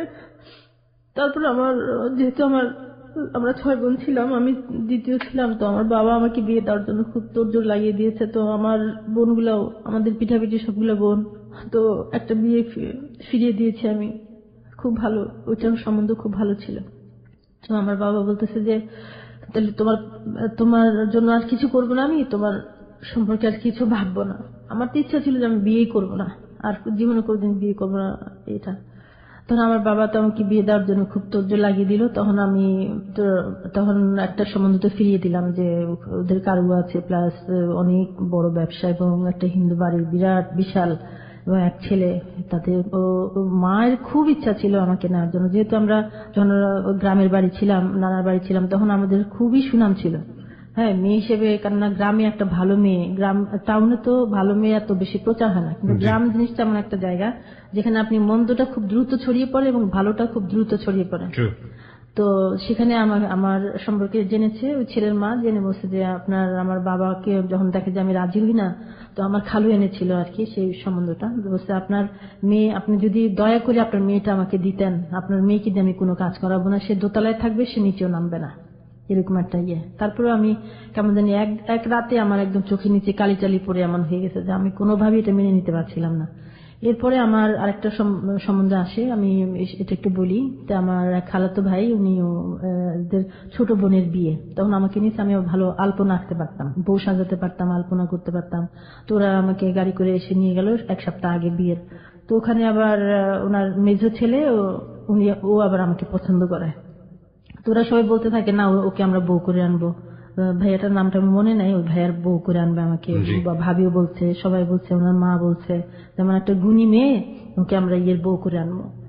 তো ওখানে এটা আবার এখানে আবার মানে একটু অন্যরকম যেমন আরেকজন ওই ছেলের কাছে মেয়ে দিতে চাইছিল, হ্যাঁ, আমি এখানে বউ হয়ে আসবো, কেননা ওনার যে বড় ছেলের যে বউ, ওই বউয়ের বোনকে আবার এখানে বিয়ে দিতে চেয়েছিল ওরা, বাবা, হ্যাঁ, মেয়ের বাবা। তা উনি চিন্তা করেছে যে ওনার এই মেয়ে, এত গুণী মেয়ে যদি এই সংসারে আসে, তাহলে আমার মেয়ের কোনো দাম থাকবে না। ও আচ্ছা আচ্ছা, মানে বড় বউয়ের কোনো দাম থাকবে না। ওকে, হোয়াটএভার ইট ইজ। তো এই জন্য উনি এই সম্বন্ধটা আনে আমার বাবার কাছে, যদিও ভালো ছেলে, লয়ার এবং সবকিছু ভালো। তারপরে এনেছে, তারপরে আমাকে দেখতে আসলো, ওরা দেখতে এসে পছন্দ করলো। তো পছন্দ করলো পরে আমার মা বললো যে আজকে এখন দেখতে এসছেন, আপনার পছন্দ হয়েছে, কিন্তু আমরা পরে ডেট দিব, আমরা চিন্তা ভাবনা করিনি, পরে বিয়ের ডেট দিব। কিন্তু তারা মানলো না। সেদিন রাত্রে আমার অনেক ঝামেলা করে বিয়েটা হলো। একরকম ইতিহাস। এবং একটা কথা আছে যে জীবন নাটকের চেয়েও নাটকীয়, এবং আসলে আমরা যতটা এক্সপেক্ট করি, যতটা সুন্দরভাবে চিন্তা করি, সেই সুন্দর চিন্তার ধারধারণা জীবন তার নিজস্ব গতিতে চলে। গল্পটা কি এখানেই শেষ হয়ে যাবে? নিশ্চয়ই না, কারণ এখনো গল্পের সময় বাকি আছে, এবং আপনি চিন্তাও করতে পারবেন না যে শেষ পর্যন্ত আমিনুল এবং শ্যামা এই দুজনের যে লাস্ট পরিণতি, সেটা আনথিঙ্কেবল। আমরা ছোট্ট একটা বিরতি, এক ধরনের বাধ্যতামূলক বিয়ে আমরা বলবো, সেটা আপনি করলেন বা আপনাকে করতে হলো। তারপর তো বিয়ে হয়ে গেল, রাতে অনেক গন্ডগোল হলো, অনেক আমার বাবা রাজি ছিল, মা রাজি ছিল না, এমন ইয়ের মধ্যে বিয়ে হয়ে গেল। বিয়ে হয়ে যাওয়ার পরে তখন পরে আমার হাজবেন্ড ছিল এক রুমে, আমি ছিলাম আরেক রুমে, এরকম করে কোন রকম রাত পোহায় গেল। তো সকালে বলে চলে গেল। এরপরে আমার মা এত কান্নাকাটি শুরু করলো, আমার মা কান্নাকাটি শুরু করার পরে আমাকে বলতেছে যে তুই চলে যা। মানে ব্যাপারটা এরকম যে আপনার মাও পছন্দ করে, মা মেনেই নিতে পারেনি বিয়েটা। কেন? জামাই পছন্দ হয়নি? জামাই পছন্দ হয়নি। মা তো জানে যে কি জব করছে। আমার মা জিজ্ঞেস করছে যে তুমি কিসে আছো, ছেলেকে জন দেখতে যায়। তো ও নাকি উত্তর দিয়েছিল যে আমি চাকরি করি। এই কথা শুনে আমার মা পছন্দ করে নাই, যেহেতু জানে যে ওনার মেয়েটা তো উনি নিজের হাতে গড়ে তুলছে, এবং মেয়েটার রুচি সম্বন্ধে, ইয়ে সম্বন্ধে, সবকিছু সম্বন্ধে জানে আমার মা। এবং আমেরিকা থেকেও একটা বিয়ে আসছিলাম, বলছে যে না আমি ওকে বাইরে বিয়ে দিব না, এরকম। মা বলছিল যে ঠিক আছে পছন্দ হয়েছে, পরে আমরা মেয়েকে বিয়ে দিব বা ডেট পরে দিব, কিন্তু এটা ওরা মানতে চায় না। এটা পরে মানে একরকম জোর করে বিয়ে হয়ে গেল। তো পরের দিন যখন ওরা চলে যায়, তখন আমার মা বলতেছে যে তোর যদি কারোর সাথে কোনো সম্পর্ক থাকে তুই চলে যা। খুবই কাঁদতেছিল। আমার মায়ের কান্না আমি জীবনে এরকম দেখি নাই, সেদিন যেরকম দেখছি। তো আমি মা আমি কোথায় যাব? পরে 7 দিন পর আমাকে উঠায় নিল ওরা। উঠানোর পরে আমার হাজবেন্ড আমাকে দেখলো, দেখে বলে কি তোমার তো চেহারা সুন্দর না, তোমাকে তো ভালোভাবে দেখলে তোমাকে বিয়ে করতাম না, বুঝছেন? তো আমার মাকে বললাম, মা এরকম কথা বলে। তো আমার মা তো তখন থেকে আমাকে ছেলে থেকে ছাড়া, বিয়ে তো দিতেই চায় না, তারপর ছাড়াই নিয়ে আসতে চাইছিল, কিন্তু আমি আসিনি। এই জন্য যে যেখানে একটা বিয়ে হয়ে গেছে এবং যাকে আমি পছন্দ করি, ভালোবাসি, সে তো আমার জীবন থেকে চলে গেছে। তো এখন যদি আমার বাবা মা আমাকে একটা অন্ধ খোড়া যার সাথে আমাকে বিয়ে দিক, আমি সেটা মেনে নিব, এবং সেটাই মেনে নিয়েছে। ওখানে তো আমার একটা জীবন ছিল, কিন্তু সেই জীবনে যে একটা মুহূর্তের জন্য আমার চোখের পানি থেমে থাকিনি, এবং তাকে আমি ভুলতে পারিনি একটা মুহূর্তের জন্য, আমিনুল ইসলামকে। এবং আমার কাছে মনে হতো যে আমি যেদিকে তাকাতাম মনে যেন ওকে দেখতাম। ওর দেশের বাড়ি ছিল রাজশাহী। লোকজন যদি শুনতাম যে রাজশাহী ওদের বাড়ি, ওখানে দৌড়ায় যেতাম যে এই নামের কোন কাউকে চিনেন কিনা। তখন আপনার সংসারেই বাকি অবস্থা, সংসার ঠিকই করেছে, কোনো ত্রুটি হয়নি। কেননা আল্লাহ আমাকে যে দায়িত্ব দিয়েছেন, আমি কোনো দায়িত্বের ত্রুটি করি নাই, এবং আমার যে হাজবেন্ড তারও কোনো অবহেলা করি নাই বা অসম্মান করি নাই। তার যতটুকু পাওয়া ততটুকু আমি ঠিকই করে গেছি। বাহির থেকে সবাই আমাকে নর্মাল দেখতো, শাশুড়ির খেদমত করছি, শ্বশুরের খেদমত করছি, স্বামীর খেদমত করছি, সবকিছুই করছি, কিন্তু ভিতরে যে একটা ক্ষত, এটা আমার দিন রাত মানে ব্যথা অনুভব করতাম, ব্যথাটা থেকেই যেত। তখন আমি সবসময় নামাজ পড়তাম, ভাবতাম যে আল্লাহ তুমি যদি ওকে মিলিয়ে দিতে, আমি যদি ওকে দেখতে পারতাম, দেখা হওয়ার পর যদি বলতে পারতাম যে আসলে আমি তোমাকে পছন্দ করি, আসলে এই জিনিসটা হয়েছে, তুমি কি ভেবে নিয়েছো আমি জানি না, আমি তো আমার নীতির উপরে ঠিক আছে। এই ফিলটা আপনার সবসময় হতো? হ্যাঁ, এই যে অপরাধ বোধটা, এই অপরাধ বোধটা আমাকে সবসময় মানে চোখের পানি ফেলতো। আমার হাজবেন্ড যে ওর সাথে আমার বাসর ঘর হয় নাই, তখনই সে বলেছে আমাকে যে তুমি তো দেখতে সুন্দর না, ভালোভাবে দেখলে বিয়ে করতাম না। এই যে একটা কথা, তখন আমি সবসময় মিলাতাম আর কি, যে যাকে আমি ভালোবেসেছি, আমি যখন বলেছিলাম যে আমি তো দেখতে সুন্দর না, তুমি আমাকে দেখলে পছন্দ করবে না, বলছে না আমি তোমাকে তোমার রূপকে ভালোবাসি না, তুমি তোমার যে শিল্পী সত্য আমি তাকে ভালোবেসেছি। আর আমার হাজবেন্ড বলছে যে আমার ভালোভাবে দেখলেও আমাকে বিয়ে করতো না। তো এই দুইটা জিনিস আমি সবসময় মিলাই দেখতাম আর কি। তো দুইজনের দুই রকম কথা। এবং আমার হাজবেন্ডের একটা জিনিস ছিল যে আমি যদি হাজবেন্ডের থেকে সে আদরটা, সে ভালোবাসাটা পেতাম, তাহলে আমি ওকে খুঁজতাম না। এটাও আমাকে দিতে পারে না, যদিও সে আমাকে ভালো জানতো, ভালো করতো, কিন্তু একটু ওর সংসারই ছিল না। তো আমার বিয়ে হয়ে গেল, আমার শ্বশুর শাশুড়ি থাকতো গ্রামে। তো যেহেতু আমরা কখনোই, আমার বাবা চাকরি নিয়ে বাইরে ছিলেন, ঢাকায় বা বিভিন্ন জায়গায় ছিলেন, আমরা কখনোই গ্রামের বাড়ি যেতাম না। যদিও আমাদের গ্রামের বাড়ি ছিল, বিল্ডিং ছিল, ইয়ে ছিল, ভালো পরিবেশ ছিল, তবু আমরা কখনোই গ্রামে থাকতাম না। পড়াশোনার জন্য যেতে পারতাম না, বাবার জব ছিল জন্য যেতে পারতাম না। এবং মাঝখানে একটু বলে রাখি, আমার বাবা কিন্তু একজন বিশিষ্ট মুক্তিযোদ্ধা, একজন মুক্তিযোদ্ধার সন্তান। একটু বাবার কথা বলি না বললেই না। তো বাবা আজ পর্যন্ত কোনো ভাতা নেন নাই। এমএজি ওসমানী সাহেবের তখন পিএস ছিলেন যুদ্ধকালীন সময়ে। 9 মাস আমরা খুবই কষ্ট পেয়েছি দেশে। আমার বাবা তখন ইন্ডিয়া ছিলেন। আচ্ছা আচ্ছা। আমার সংসার পেলাম, আমি আমার শাশুড়িকে পেলাম গ্রামের মহিলা, আমার শ্বশুরকে পেলাম গ্রামের। তো ওনারা খুবই সরল ছিল। আর একটা জিনিস যে খুব মাছ ধরতে পছন্দ করতাম, বড়শি দিয়ে মাছ ধরতে পছন্দ করতাম। তো গ্রামের বাড়িতে যখন আমি যেতাম তখন বড়শি দিয়ে মাছ টাছ ধরতাম। ওদের আবার ঢেকি ছিল, ঢেকিতে করতে পারতাম না, কিন্তু চেষ্টা করতাম যে ঢেকি দিয়ে ইয়ে করি। হ্যাঁ, ধান বানতো না, কিন্তু ডাল টাল ইয়ে করতো, শিমের বিচি টিচি এগুলো আমার শাশুড়ি গুঁড়া করতো, চালের গুঁড়া। আবার খুব সুন্দর পিঠা বানাতে পারতো আমার শাশুড়ি। খুব একটা জিনিস আমার ভালো লাগতো সবসময়, আসলে আমি শ্রদ্ধা করি এখনো। তো ওদের বাড়িটা ছিল প্রথমে ঢুকতে একটা পুকুর, খুবই সুন্দর পুকুরটা। তো এরপর আমার বাড়িতে ভিতরে ঢুকতাম, ভিতরে আবার আরেকটা পুকুর ছিল, পুকুরের পাড়ে ছিল জবা ফুল গাছ। তো এরকম জবা ফুল এরকম ফুটে ফুটে এরকম পানির দিকে ঝুঁকে থাকতো, বুঝছেন। তারপর ঘাটে বসলে পাড়ের পরই ধান ক্ষেত, পাতাটাতে খেলাধুলা করতো, আবার ফিঙ্গে পাখি উঠতো, ইয়ে করতো। আবার দূরে আবার আরেকটা বাড়ি, সেটারও আবার গাছপালা, মানে খুবই সুন্দর নীল আকাশ। মানে আমি ঘাটে গেলে আমার দেরি হয়ে যেত। হ্যাঁ, তাদের যে প্রথমে ঢুকার সময় যে পুকুরটা, এই পুকুরটাতে পানি কম থাকতো, যেমন তখন এটার পাড়ে ছিল আবার সেরকমই আবার ধান ক্ষেত, ওরকমই খুব সুন্দর দৃশ্য।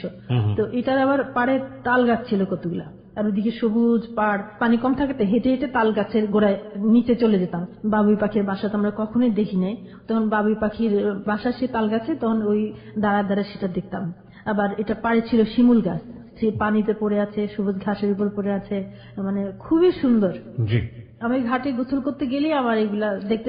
শহর থেকে গ্রামীণ পরিবেশে গিয়ে মানিয়ে নিতে কষ্ট হচ্ছিল না আপনার? না না, আমার ভালো, যেহেতু আমি বললাম যে প্রকৃতি আমার ভালো লাগতো। একটু কষ্ট হতো যে গ্রামের যে পরিবেশ, একটু কষ্ট হতো, কিন্তু আমি মানিয়ে নিচ্ছে। তারপর গোসল করতে গেলে একটু দেরি হতো আমার শাশুড়ি বলতো যে এত দেরি হয়ে গেছে এসে, তো আমি কিছু বলতাম না। তো এইভাবে আমার যে গ্রামের যে শ্বশুর বাড়ি, তবে একটা জিনিস যেটা ওনারা খুব ভদ্র ছিলেন, আমাকে কখনো কাজের কথা বলতো না। আচ্ছা, গ্রামের বাড়িতে একটা কথা বলি আমি, ওনারা মাটির পাতিলে ভাত খেত। তো আমরা তো জীবনে মাটির পাতিল দেখি না, এবং মাটির পাতিলের ভাত রান্না করাটাও কোনদিন চিন্তাও করতে পারি না। তো তখন মাটির পাতিলে আমার শাশুড়ি দেখতাম 6টা পাতিল ছিল মাটির, ধুয়ে শুকা রেখে দিত। তো ভিজা পাতিলে রান্না করা যেত না, ওই শুকনা পাতিলে রান্না করতে হতো আর কি। তো তখন আমি প্রথম মার গালতে যাই, মার গালতে গিয়ে তো ভাত সহ ভেঙে পড়ে গেছে চাল। না, বকাঝকা দেয়নি, জানে তো শহরের মেয়ে। হ্যাঁ, আপনার জামাই তখন কোথায় থাকতো? শহরে থাকতো? হ্যাঁ, তখন শহরে। আমরা 2 মাস 1 মাসের জন্য দেশে যেতাম, এবং ঈদ গুলো ওখানে গিয়ে করতাম, শ্বশুর শাশুড়ি ওনাদের সাথে করতাম।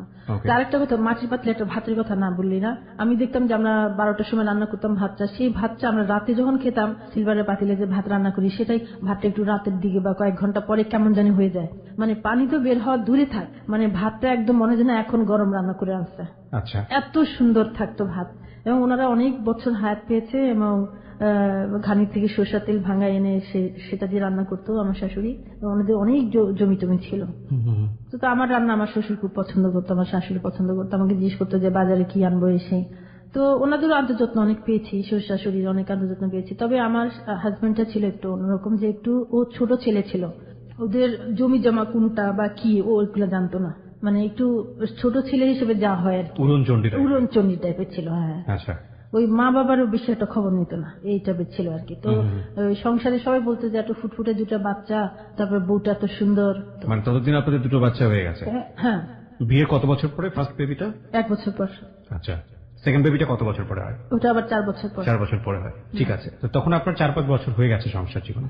আচ্ছা, গ্রামেই তখন আপনি? না, তখন শহরে চলে এসেছেন? শহরেই থাকি আমি। ওই গ্রামে যে মাঝে মাঝে, তারপর যখন বাচ্চারা যখন লেখাপড়া শুরু করে দিল, তখন তার যেতে পারি না, তখন ঈদে যেতাম আর কি, ঈদে গিয়ে ঈদ করতাম। বিয়েটা তো মেনে নিলাম যে বাবা মা দিয়েছে, আমার তো কোনো ইচ্ছা ছিল না বা ইয়ে ছিল না, তখন বাচ্চাদের কথা চিন্তা করে এই সংসারটা করে গিয়েছে আর কি। তো অনেক কিছু তার ইয়ে ছিল, যেমন বাচ্চাগুলা কিভাবে পড়াশোনা করে, কি করে না করে, পড়াশোনার প্রতি কোনো মনোযোগী ছিল না। তবে আমি খুব কান্নাকাটি করতাম, মাঝে মাঝে অনেক সময় কষ্ট লাগতো যে এরকম। তো আমার বাবা খুব বুঝাতো আমাকে যে কোনো ইয়ে নাই, তো আমরা তো আছি। আমার বাবার বাসার কাছে ছিল, আমি আলাদা ভাড়া করে থাকতাম, আমার বাবা বাড়ি ছিল 5 তলা। তো আমার মা পছন্দ করে নাই, যেহেতু আমাকে কখনো বাড়িতে জায়গা দেয়নি। বাড়িতে জায়গা থাকেনি মানে? দেনে, ভাড়া থাকতে দেনে, বলছে ওই হাজবেন্ড যেদিন ছাড়বি সেদিন আমার বাড়িতে জায়গা পাবে। মানে ওই আপনার হাজবেন্ডকে একেবারেই পছন্দ করতো না? একেবারেই পছন্দ করতো না। এই শুধু একটা কথা নিয়ে? একটা কথা নিয়ে। কিন্তু এই বিষয়গুলো মিনিমাইজ করে ফেলা দরকার, যেহেতু আপনি সংসার করছেন, সুতরাং এগুলো মিনিমাইজ। আমার মা মেনে নিতে পারেনি কখনো আর কি, তো আমি অনেক সময় কান্নাকাটি করতাম, তো আমার বাবা বুঝতো। আমার বাবার ব্যবহার আসলে এত ভালো ছিল যে আমার বাবা কখনোই আমি খারাপ পাই না, একটা সান্ত্বনা পেতাম, কিন্তু মায়ের ব্যবহারে কখনোই সান্ত্বনা পেতাম না। আমাদের 5 তলা বাড়ি ছিল, কিন্তু আমার মা বলছে যেদিন তুমি এই হাজবেন্ড ছাড়বা সেদিন তুমি এই বাড়িতে জায়গা পাবা। যেহেতু বাচ্চাগুলো আছে, এগুলা তো মানবিক ভাবে আমাকে এটা মেনে নিতে হচ্ছে। এখন হাজবেন্ড যাই করুক, মা যাই করুক, কিন্তু বাচ্চাগুলোর তো কোনো দোষ নেই। মা হিসেবে তো আমার একটা দায়িত্ব আছে। এভাবে করেই আমি চলে যাচ্ছিলাম আর কি। তো এর মধ্যেই তো মাঝে মাঝে ও আবার গায়েব হয়ে যেত, আমার হাজবেন্ড। আচ্ছা, কোথায় যেত? ও চাকরি করে ট্রান্সফার হতো, ট্রান্সফার হয়ে ওখানে চলে গিয়ে ওখানে থেকে যেত, যে আমাকে একটু জানাবে বা আমি এখানে আসছি বা একটা এরকম আছে, এরকম করতো না। সংসার চলতো কিভাবে? পয়সা করে দিত? হ্যাঁ, পয়সা করে দিত, কিন্তু অনেক সময় পয়সা করে, অনেক সময় ই করতো না। ওটা তখন আমার বুটিক ছিল। হ্যাঁ, আমি বুটিক চালাতাম। হ্যাঁ, আমি বুটিক চালাতাম। আমার বাবার গ্যারেজে একটা বুটিক করেছিলাম, সেই বুটিকটা চালাতাম। আরেকটা ছিল মুন আর্ট স্কুল ছিল আমার, নিজের স্কুল ছিল, moon art school, boutique, plus আবার আরেকটা যে পটারিতে যে কালার করা, প্রিন্ট করা, এটা আমি করতাম এবং বিভিন্ন জায়গায় মেলাতে আমি দিয়েছি। ওকে, আর নিজে নিজে সংসার চালাতেন আর কি? হ্যাঁ, নিজের পয়সা দিয়ে মোটামুটি দাঁড়িয়ে যাওয়া। আর ও যেটা দিত ওটা দিয়ে প্লাস আমারটা দিয়ে চলে যেত। আচ্ছা। আবার আমার বোনগুলো ছিল বাহিরে, ওরা মাঝে মাঝে হেল্প করত। হ্যাঁ, কাপড় চোপড়, কসমেটিক্স এগুলো কখনো কিনতে হয়নি, এবং বাচ্চাদের খরচও দিত অনেক সময়। ও যা পড়তো আমি প্রেশার দিতাম না ওকে, কেননা দিয়ে তো লাভ নেই। ওকে, নিজে থেকে ইচ্ছা না হয় তাহলে আপনি কি আরেকজনকে জোর করে করাতে পারবেন? রাইট। যে সন্তান বাবা মার প্রতি দেখাশোনা কম করে, বাবা মার খবর কম নেয়, তো সেখানে আমি তো বলে কিছু করবো? যদি দেখতাম যে না বাবা মা টেক কেয়ার করছে বা আমার খবর নিচ্ছে, সেখানে আমার দুঃখের ব্যাপার ছিল যে বাচ্চাগুলো দেখে না। তো আমার বাবা মা ভাই বোনের সহযোগিতা আমি, এবং স্কুল, গান শিখাতাম বাচ্চাদেরকে আমি। ওকে, তো এইগুলো নিয়ে কোন রকম, এবং পটারির কাজ করতাম এবং বিভিন্ন জায়গায় মেলা করতাম। এইভাবে আমার সময় কেটে যাচ্ছিল। বাচ্চাগুলো এর মাঝখানে তো আমিনুল ইসলামের সঙ্গে একবার যোগাযোগ অফ না, ওকে তো আমি ওই যে হারিয়েছি, আর তো খুঁজে পাই না, তো খুঁজতেছি ওকে। রাজশাহী যদি কাউকে পাই তখন তার কাছে দৌড়ায় যাই। বিভিন্ন জায়গায়, যেমন যত জায়গায় গিয়েছি তত জায়গায় আমি নেম প্লেট দেখতাম ডক্টরদের, মানে ডাক্তারের নেম প্লেট দেখতেন যে ওই নামে কোনো ডাক্তার আছে কিনা। ওই নামে কোনো ডাক্তার আছে কিনা, ওই নামে যদি ডাক্তার পেতাম তারপরে আমি পেশেন্ট হয়ে ওনার কাছে যেতাম। Very interesting. হ্যাঁ, পেশেন্ট হয়ে ওনার কাছে যেতাম যে ও কিনা। মানে গিয়ে কি বলতেন ডাক্তারের কাছে? কি বলতেন? পেশেন্ট হতে গিয়েছেন? হ্যাঁ, আমার মাথা ব্যথা বা আমার পেট ব্যথা করছে, এরকম ওষুধ লিখে দিত। আপনি ওষুধ খেতেন না? না, ওষুধ তো খেতাম না, আমি তো গিয়েছি ডাক্তার দেখতে। যে ও এরকম কতজন ডাক্তারের কাছে গিয়েছেন? এরকম অনেক, যে যত জায়গায়, যত হসপিটাল, যে অসুস্থ তার সাথে আমি যেতাম, যাবই। My goodness. হ্যাঁ, যাবই, এটা আমার একটা ছিল। এই করতে করতে আমি যে কত মানুষের সেবা করেছি আপনি চিন্তা করতে পারবেন। সেবা করেছেন বলতে? সেবা করেছি যেমন আমার আত্মীয় স্বজন, বাবা মা, শ্বশুর বাড়ির লোকজন, যত মানুষ যত ডক্টর কাছে যেত আমি নিয়ে যেতাম। আমার বাসায় আসতো সবাই, আমার মানে আমার বাসাটা হসপিটালের মতো ছিল, এবং সবাই আমাকে পছন্দ করতো। উদ্দেশ্য ছিল যেভাবেই হোক না কেন এভাবে করতে থাকলে আমি ওইটা না, যেমন আমি করতাম এটা আমার আন্তরিক ভাবে। যেমন আমি একটা জিনিস পছন্দ করি, মেহমান পছন্দ করি, এবং মেহমানকে মানে খাওয়াতে পছন্দ করি। মেহমানের আদর যত্ন করা, খাওয়ানো, যেন কোনো অযত্ন না হয় আমার। হ্যাঁ, এটা আমি করতাম। এটা আমার ব্যক্তিগত জীবনের একটা অংশ বলবো। যেমন বাবা মা, ভাই বোন, মানে শ্বশুর শাশুড়ি, গ্রামের গুলো আমি কোনোদিন অশ্রদ্ধা করিনি, এবং ওনাদেরকে খুব যত্ন করে আমি। আমাদের ধর্মে একটা কথা আছে, 4টা জিনিস আল্লাহর খুব প্রিয়, এবং আল্লাহ যাতে এটা আশীর্বাদ স্বরূপ আমাদেরকে দেন। 1 নম্বর হচ্ছে কন্যা সন্তান, 2 নম্বর হচ্ছে বৃষ্টি, 3 নম্বর হচ্ছে মেহমান, এবং 4 নম্বর হচ্ছে অসুখ বিসুখ। এটা আমি ঠিক জানি না, আমি কোট করতে পারছি না, ধর্ম সম্পর্কে আমার অতটা জ্ঞান নাই, কিন্তু এটা আল্লাহ আমাদেরকে ভালোবেসে দেন। অদ্ভুত বিষয় হচ্ছে 4টা জিনিসই কেন জানি আমরা খুব অপছন্দ করি, সবাই করি না। বৃষ্টি আসলে আমরা খুব হয়ে যাই, কারো কারো কাছে এটা একটা বিলাসিতার জায়গা থেকে, কিন্তু বৃষ্টি আসলে অনেকে বিমুখ হই, বেশি বেশি বৃষ্টি হলে। কন্যা সন্তান দেখে অনেকে আনহ্যাপি হই, মেহমান দেখলে অনেকে আনহ্যাপি হই, আর অসুখ বিসুখ তো বলার অপেক্ষায় রাখে না। কিন্তু এই 4টা জিনিস আল্লাহর খুব প্রিয়। যাই হোক, আমরা একটা কাজ করি, ছোট্ট একটা বিরতি নেব। বিরতি নেওয়ার পর আমরা আবারও ফিরছি আপনার কাছে। শোনা তো যেটা আপনি বলছিলেন যে ডাক্তার খুঁজে বেড়াতেন বিভিন্ন জায়গাতে, মানে ওনার নামের সাথে মিল পেলে আপনি সেখানে গিয়ে দেখতেন। যাই হোক, তারপর কি হলো? তারপরে এর মধ্যে খুঁজতে খুঁজতে একসময় আমার মেয়েগুলা বড় হয়ে গেল। খোঁজা চলছে? হ্যাঁ, খোঁজা তো চলছে, খোঁজার কোনো বিরতি নেই। তো এর মধ্যে মেয়েরা বড় হয়ে গেল, তখন ইন্টারমিডিয়েট পাশ করেছে আমার মেয়েটা, আদমজি থেকে পাশ করেছে। তারপর ওর একটা সম্বন্ধ আসলো, দেখলাম ছেলে খুবই ভালো, MBA করা এবং খুবই প্রতিষ্ঠিত, এরা অনেক ধনী। আমার মেয়েটার সম্বন্ধে আসছে, ওর যে টিচার ছিল, টিচারের ফ্রেন্ড, মেয়ের হাজবেন্ড হলো টিচারের ফ্রেন্ড। হ্যাঁ, তারপর মেয়েকে বিয়ে দিয়ে দিলাম। তারপরে বড় মেয়েটা বিয়ে হয়ে গেল। এর 2-3 মাস পরে আবার ছোট মেয়েটারও বিয়ে হয়ে গেল। আচ্ছা, ছোট মেয়েটার বিয়ে হয়ে গেল। হ্যাঁ, এর মধ্যে তো মেয়ের শ্বশুর বাড়িতে যাই আসি। তো একদিন ভাবলাম যে মেয়েটারও বিয়ে হয়েছে রাজশাহী, ও ওকে। তো যাক ভালো জায়গায় বিয়ে হয়েছে। তখন একদিন আমি চিন্তা করলাম যে সময় তো অনেক কেটে গেল, এবার নিজে বের হই, মানুষকে তো অনেকই দেখলাম, নিজে খুঁজবো এবার। তারপরে এবার গেলাম মেডিকেলে গিয়ে, আউটডোরে। কোন মেডিকেল এটা? রাজশাহী মেডিকেল। রাজশাহী মেডিকেলে। ওকে। ওখানে গিয়ে আমি ভাবলাম যে এত বছরে হয়তো সে বুড়া হয়ে গেছে। হ্যাঁ। কত বছর পরে এটা? 30 বছর পর। 30 বছর পরে? 30 বছর পরে। মানে একটা জিনিস একটু চিন্তা করে দেখেন, 30 বছর আগের ঘটনা। আমরা সাধারণত 3 বছর হলেই মাথায় থাকে না, উনি 30 বছর ধরে ওনার প্রিয় মানুষটাকে বুকের মধ্যে লালন করেছেন এবং তাকে তিনি বিভিন্নভাবে খুঁজে বেড়াচ্ছেন। ইতিমধ্যে প্রথম দেখা হয়, সেই সময় তিনি কিশোরী ছিলেন, এরপরে তার 2টো বাচ্চা হয়েছে, সংসার হয়েছে, সেই 2টো বাচ্চার বিয়ে হয়ে গেছে, নাতি নাতনির মুখ দেখার মতো অবস্থায় তখনও তিনি খুঁজে বেড়াচ্ছেন। আপনারা নিশ্চয়ই পড়েছেন, আমি একটা বইয়ের কোট করতে চাই, আমি জানি না 30 বছর পর তার অবস্থা কি দাঁড়িয়েছে, কিন্তু এই বইয়ের মধ্যে যেটা আছে, মৈত্রেয় দেবী রবীন্দ্রনাথের খুব কাছের এবং প্রিয় মানুষ ছিলেন। মৈত্রেয় দেবীর যদি নহন্যতে বইটা পড়েন, কিংবা মৈত্রেয় দেবীর বইটি আসলে যে কারণে লেখা হয়েছিল, মির্জা ইলিয়াদের লানুই বেঙ্গলি বা বাংলার রাত, যেটার অনুবাদ করা হয়েছে, তো এই বই দুটো আপনারা অবশ্যই পড়বেন। পড়লে আজকের এই গল্পটা কতটা সেন্সিটিভ আপনারা কিছুটা হলেও বুঝতে পারবেন। যাই হোক, যে গল্পে আপনি ছিলেন, নিজে গেলেন রাজশাহী মেডিকেল কলেজে। চিন্তা করলাম যে অনেক ডক্টরই তো আছেন, দেখি যিনি একজন বয়স্ক ওনার কাছে যাব, বয়স্ক যিনি উনি চিনতে পারবেন, এখনকার ছেলেরা হয়তো চিনতে নাও পারেন। তো আমি আউটডোরে গেলাম, একজন বুড়ো করে একজন ডক্টর, তো ওনার কাছে গিয়ে বললাম যে আমার একজন কাজিন এরকম এই নামের আমিনুল ইসলাম, তো আপনি কি চিনেন কিনা।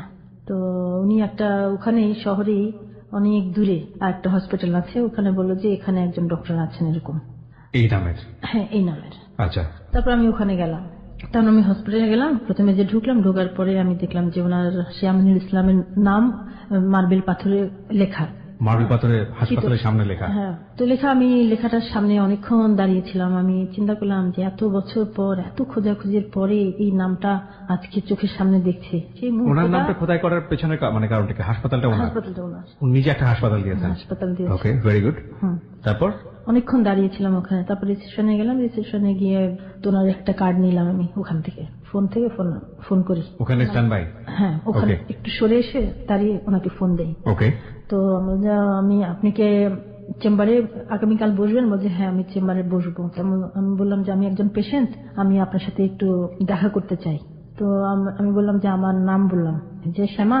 তো নাম বলার পরে আমি বললাম যে আপনি কি আমাকে চিনতে পেরেছেন? বলে কি চেনার চেষ্টা করছি। আমাকে চিনেছে, নাম বলার পরে চিনে গেছে। তো আমাকে সময় দিল যে আপনি আগামীকাল 9টার দিকে আসেন। 9টার দিকে আমি হসপিটালে গেলাম। হসপিটালে গিয়ে তো দেখলাম ওকে, আমার কাছে ওকে দেখে মনে হয় যেন কত বছর পর আমি ওকে দেখলাম। তখন ও আমাকে নিয়ে চেম্বার খুললো, আমি আগে চলে গেছি, আমি গিয়ে বসে আছি, তো দেখি যে চেম্বার বন্ধ। একটু পরে ও আসলো, এসে চেম্বার খুলে আমাকে ডাকলো ভিতরে। আমি গেলাম ভিতরে, টেবিলের সামনে বসে আছে, ও আমার সামনে কথা টুকটাক বলছে এবং বলছে যে এখন তো আমাদের চাকরি, তারপর ঝামেলা, নিজের কথাই বলছে। তো আমি আর কিছু বলি না, আমি নিচের দিকে তাকিয়েছিলাম। তো মাঝে মাঝে আবার ওর দিকে আর চোখে তাকাই, দেখলাম যে একটা জায়নামাজ আছে পাশে। এরপরে ওখানে দেখলাম যে কথা তো বললো যে উনি বাইরে বের হয়ে যাবে। সেদিনকার জন্য রুগী দেখা বন্ধ করে দিল এবং আমাকে নিয়ে বের হলো যে কোথায় এক জায়গায় বসবে, কথা বলবে। তো এরকম এক জায়গায় আমাকে নিয়ে গেল, এখানে একটা পার্কের মতো, সেখানে একটা বেঞ্চিতে আমরা বসলাম, বসে একটু দূরত্ব নিয়ে বসলাম। ও নিজের থেকে বলতে লাগলো যে আমি তো জীবনের শেষ প্রান্তে চলে এসেছি, আমার আর এই পৃথিবীতে আর কোনো চাওয়া নেই, আমার সব কাজ শেষ, আমার শুধু এখন আমি কিভাবে পরকালে চলে যাব সেটা চিন্তা করি। আমি শুনে আমার কাছে খারাপই লাগলো। তো ওকে দেখে আমার কাছে তখন মনে হয়েছে যে ওর যে একটা ভিতরে কষ্ট, মানে কথায় আমি বুঝতে পারলাম যে ভিতরে অনেক কষ্ট। কিন্তু আপনাকে জিজ্ঞেস করলো না, বা আপনি ওই যে 30 বছর ধরে যে মানুষটাকে উত্তর দেওয়ার জন্য খুঁজে বেড়াচ্ছেন যে আসলে কেন কি হয়েছিল? সেদিন কোনো কথা হয়নি। সেদিন কোনো কথাই না, সেদিন শুধু সে একটা গান শুনেছে আমার। গান শুনেছে? আপনি গান গাইয়ে শুনেছেন পার্কে? গাড়িতে যখন সে আমাকে নিয়ে বের হলো হসপিটাল থেকে, তখন আমাকে বললো যে আমাকে একটা গান শোনাও। তখন আমি একই সোনার আলোয় জীবন ভরিয়ে দিলে, আমরা একটু শুনতে পারি আপনার কাছ থেকে? এখন একই সোনার আলোয় জীবন ভরিয়ে দিলে, ও গো বন্ধু কাছে থেকো, কাছে থেকো, রিক্ত আমার ক্ষুদ্র প্রাণে তোমার আঁখিতে রেখো, ও গো বন্ধু থেকো, কাছে থেকো, একে সোনার আলোয় জীবন ভরিয়ে দিলে। তারপর সেদিন তো গান শোনালাম এবং সে আমাকে বললো যে তুমি কখন কোন জায়গায় আমাকে গানটা শুনিয়েছো, আমার সেই জায়গাটা মনে আছে এখনো, কোন রাস্তার কোথায়, ও তো ড্রাইভ করে যাচ্ছে, কোথায় আমি গানটা গিয়েছি, ওই জায়গাটা আমার এখনো মনে আছে। It's very interesting and this is true. গানের সাথে স্মেলের সাথে মানুষের এই জিনিসগুলো মেমোরি হয়ে থাকে। আপনি যদি খুব প্রিয় কোনো মানুষের সান্নিধ্যে থাকেন তখন ওই মানুষটার সাথে আপনার কথোপকথনের সময় যে মেমোরিটা তৈরি হয় সেটার মধ্যে আমাদের শরীরের যে স্মেল, যে নার্ভটা থাকে, যে স্মেলটা পায়, এবং if it is good smell তাহলে পরবর্তীতে আফটার লং লং টাইম আপনি যদি ওই স্মেলটা পান, মুহূর্তের মধ্যে আপনার ব্রেন ঠিক আগের ওই সময়টার কথা মনে করিয়ে দেবে। এবং এটা শুধু স্মেলের জন্য না, এটা গানের ক্ষেত্রেও হয়। কোন একটা গান যদি বিশেষ সময়ে আপনার ব্যক্তিগত জীবনে আসে যেটা আপনাকে খুব গুড মেমোরি দিবে, ওই গানটা যদি আপনি পরবর্তীতে 8, 10, 20, 15, 35 বছর পরেও শোনেন, আপনাকে মুহূর্তের মধ্যে ওই সময় নিয়ে যাবে। এবং এটা প্রত্যেকের জীবনেই হয়। হ্যাঁ, গান এত শক্তিশালী, সুর এত শক্তিশালী, এবং একই সাথে স্মেলও এত শক্তিশালী। তারপরে সেদিন তো গান গাইলাম প্রথম দিন, তো মাঝে মাঝে দেখা হতো আর কি, খুবই কম, কেমন আছেন বা এরকম। তো আমি চলে আসি আমার দেশে, আমি যেখানে থাকি ওখানে চলে আসি, তারপর আবার যাই মেয়ের বাসায় গেলে তখন ওর সাথে আবার দেখা করি। তো এক সময় সে আমাকে যে বলল যে আমি এক জায়গায় তোমাকে বেড়াতে নিয়ে যাবো। আমি বলছি ঠিক আছে, ওকে ঠিক আছে, কোথায় নিয়ে যাবে চলো। হ্যাঁ, তো আমাকে একটা রিসোর্টে নিয়ে গেল, খুবই সুন্দর পরিবেশ ওখানে। রিসোর্টের রুমে ঢুকলাম, ঢুকে ও ঢুকলো, ও বিছানায় বসলো, বিছানা পায়ের কাছে চেয়ার ছিল কয়টা, আমি চেয়ারের উপরে বসলাম। আমি মাথায় আমার ড্রেস পরা ছিল এরকম সবুজ জামা, লাল ওড়না, লাল পায়জামা, আর নাগরা পরা ছিল, আর চুলগুলা ছাড়া ছিল, আমার চুল ছিল খুব লম্বা লম্বা। ওড়নাটা টেনে মাথায় ঘুমটা টেনে নিলাম, ঘুমটা টেনে আমি বসে রইলাম যে নিচের দিকে তাকিয়ে আছি। এখন ও কোনো কথা বলে না, আমিও কথা বলি না। ও আমাকে অনেকক্ষণ পরে বলে কি, এই যে তুমি আজকে যে সুযোগ পেলে এটা আর কোনোদিন ফিরে আসবে না, আমাকে বলতেছ। আমি কিছু বলি না, আমি নিচের দিকে তাকিয়ে আছি। তো আমাকে বললো যে এই যে তোমার আজকে যে একটা সুযোগ পেয়েছো, এই সুযোগটা জীবনে হয়তো আর কোনোদিন ফিরে আসবে না। তখন আমি ভাবলাম যে আমি তো তাকে একবার দেখেছিলাম, দেখার পরে আমি তাকে হারিয়ে ফেলেছিলাম। 30 বছর লাগছে আমাকে খুঁজতে ওকে, চোখের পানিতে। তারপর আমি ও উঠে টেলিভিশনটা অন করলো, তখন আমি দাঁড়ায় আমি পিছন থেকে ওকে বললাম যে আমি তোমাকে একটু ধরি। বলছে হ্যাঁ ধরো। Sweet moment. ওকে। তারপরে আমি তাকে পিছন থেকে জড়ায় ধরি। আমি আমাদের অতটুকুই ছিল, জড়ায় ধরি। তারপরে আমরা কিছুক্ষণ থাকি ওখানে, দুপুরে খেয়ে দিয়ে আমরা চলে আসি আবার। হ্যাঁ, চলে আসি। তারপরে এইভাবে যখন আবার ওর ওখানে যেতাম, তো যাওয়ার পরে হয়তো দেখা সাক্ষাৎ হতো, ওরকম আর ওখানে আর যাওয়া হতো না রিসোর্ট বা ইয়েতে। বলে যে কেউ যদি দেখে বলে তাহলে অনেক সমস্যা হয়ে যাবে এসে। তো আমিও ওইভাবেই চলতাম, সবসময় বলতাম যে আমি তোমাকে ছাড়া বাঁচবো না আসলে। কেননা 30 বছর আমি একটা সংসার করেছি, কিন্তু সেই সংসার, সন্তান, স্বামী, আমার বাবা মা, ভাই বোন, এই যে জগৎ, আমার এই জগৎ তোমাকে ভুলিয়ে রাখতে পারে না আমাকে। আমি 30 বছর ধরে তোমাকে খুঁজে বেরিয়েছি, এবং আজ তোমার কাছে আমি একটা অনুরোধ রাখবো যে আমি যেহেতু 5 ওয়াক্ত নামাজ পড়ি এবং একজন শিল্পী মানুষ, আমি কিন্তু ওইটা মেনটেন করে চলি যে আমি মরে যাব, কিন্তু আমার যে পরকালের যে একটা জীবন আছে ওখানে আমি কি জবাব দিব। তোমাকে ভালোবাসি ঠিক আছে, কিন্তু তোমার ভালোবাসার জন্য আমি পরকাল হারাতে পারবো না। তোমার যদি সম্ভব হয় যে তুমি যদি মনে করো যে তুমি আমাকে বিয়ে করো, আমি তোমাকে একটা প্রস্তাব দিচ্ছি আমার পক্ষ থেকে। আপনি প্রস্তাব দিলেন? হ্যাঁ, আমি প্রস্তাব দিলাম। তখন বলতেছে যে এখন আমার ছেলে মেয়ে আছে, বউ আছে, সংসার আছে, তো অনেক টাফ ব্যাপার। তুমি পৃথিবীর একটা কোণে তুমি আমাকে ফেলে রাখো, তোমার কোনো ধন সম্পদ, আমি যে 30 বছর পর তোমার কাছে ফিরে এসেছি, তুমি বেঁচে আছো কি, তোমার কি পজিশন, তোমার কি অর্থ সম্পদ, টাকা পয়সা, এগুলো আমি কিছু চিন্তা করি নাই। আমি সুন্দর চিন্তা করেছি যে একটা মানুষ আমাকে ভালোবেসেছে, এবং ভালোবেসে সে আমার কাছে এসে সে কষ্ট পেয়ে ফিরে গেছে, শুধু এটাই আমাকে কষ্ট দিত। এই কষ্টটা আমি কোনোদিন ভুলতে পারি নাই। আবার মাঝখানে একটু বলি, ওর সাথে যখন আমার দেখা হয় প্রথম 30 বছর পরে, তখন ও বলেছিল যে তুমি যখন চিঠি দিয়েছো, আমি তখন তো আমার সব কাহিনী বললাম। ওর একটা তখন ভাবছিল কি, আমি তাকে দেখা হওয়ার পরেও সে একটা আর ভাবছিল আমার সাথে, একটা মনে কষ্ট ছিল। বলে কি আমার হার্ট নাই, এবং হার্ট ডিজিজ হলে আমি কোনোদিন চিকিৎসা করাবো না, একটা ক্ষোভ ছিল আমার প্রতি। তখন আমি সব কাহিনীটা বললাম ওকে যে আসলে ঘটনা এটা হয়েছে। তখন আমি বলার পরে তখন তো বললাম আমাকে যে তুমি চলে আসলে আমি তোমাকে বিয়ে করে ফেলতাম। আমি বললাম যে তখন সেরকম সাহসও ছিল না, সেরকম বুদ্ধিও মাথায় আসেনি, তো এর মধ্যে তো বললাম যে আমাকে বিয়ে করে পৃথিবীর একটা প্রান্তে ফেলে রাখো, আমার কোনো অসুবিধা নাই।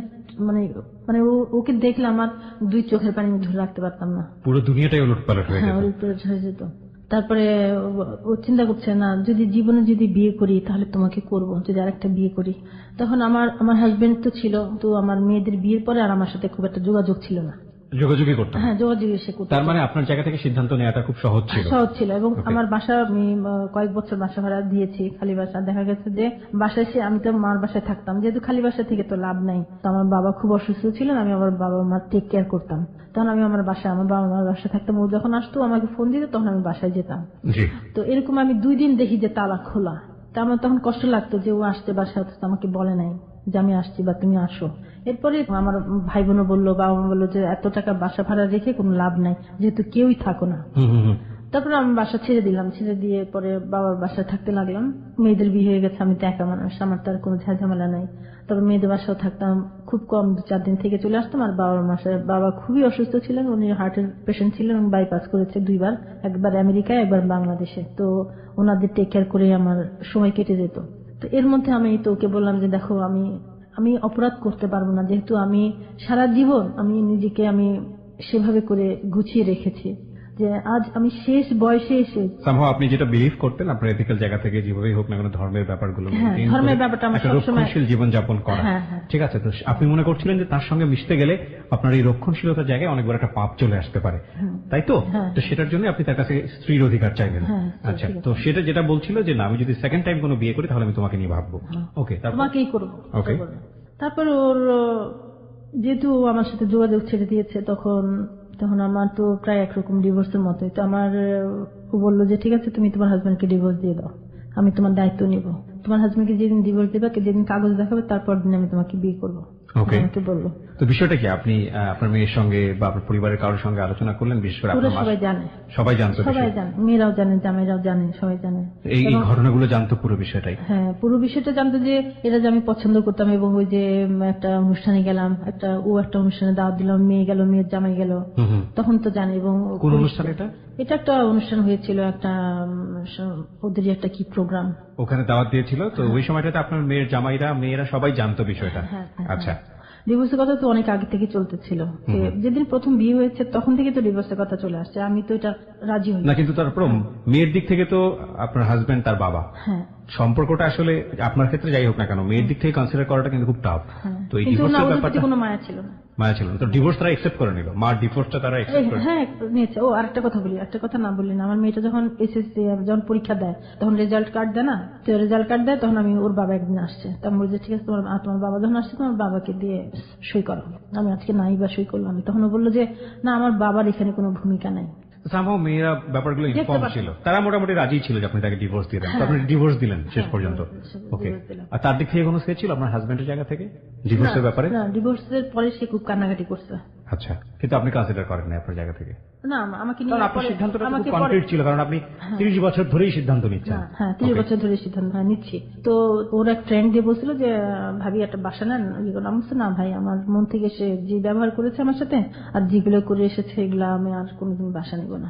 অনেক কষ্ট করে করেছি সংসারটা।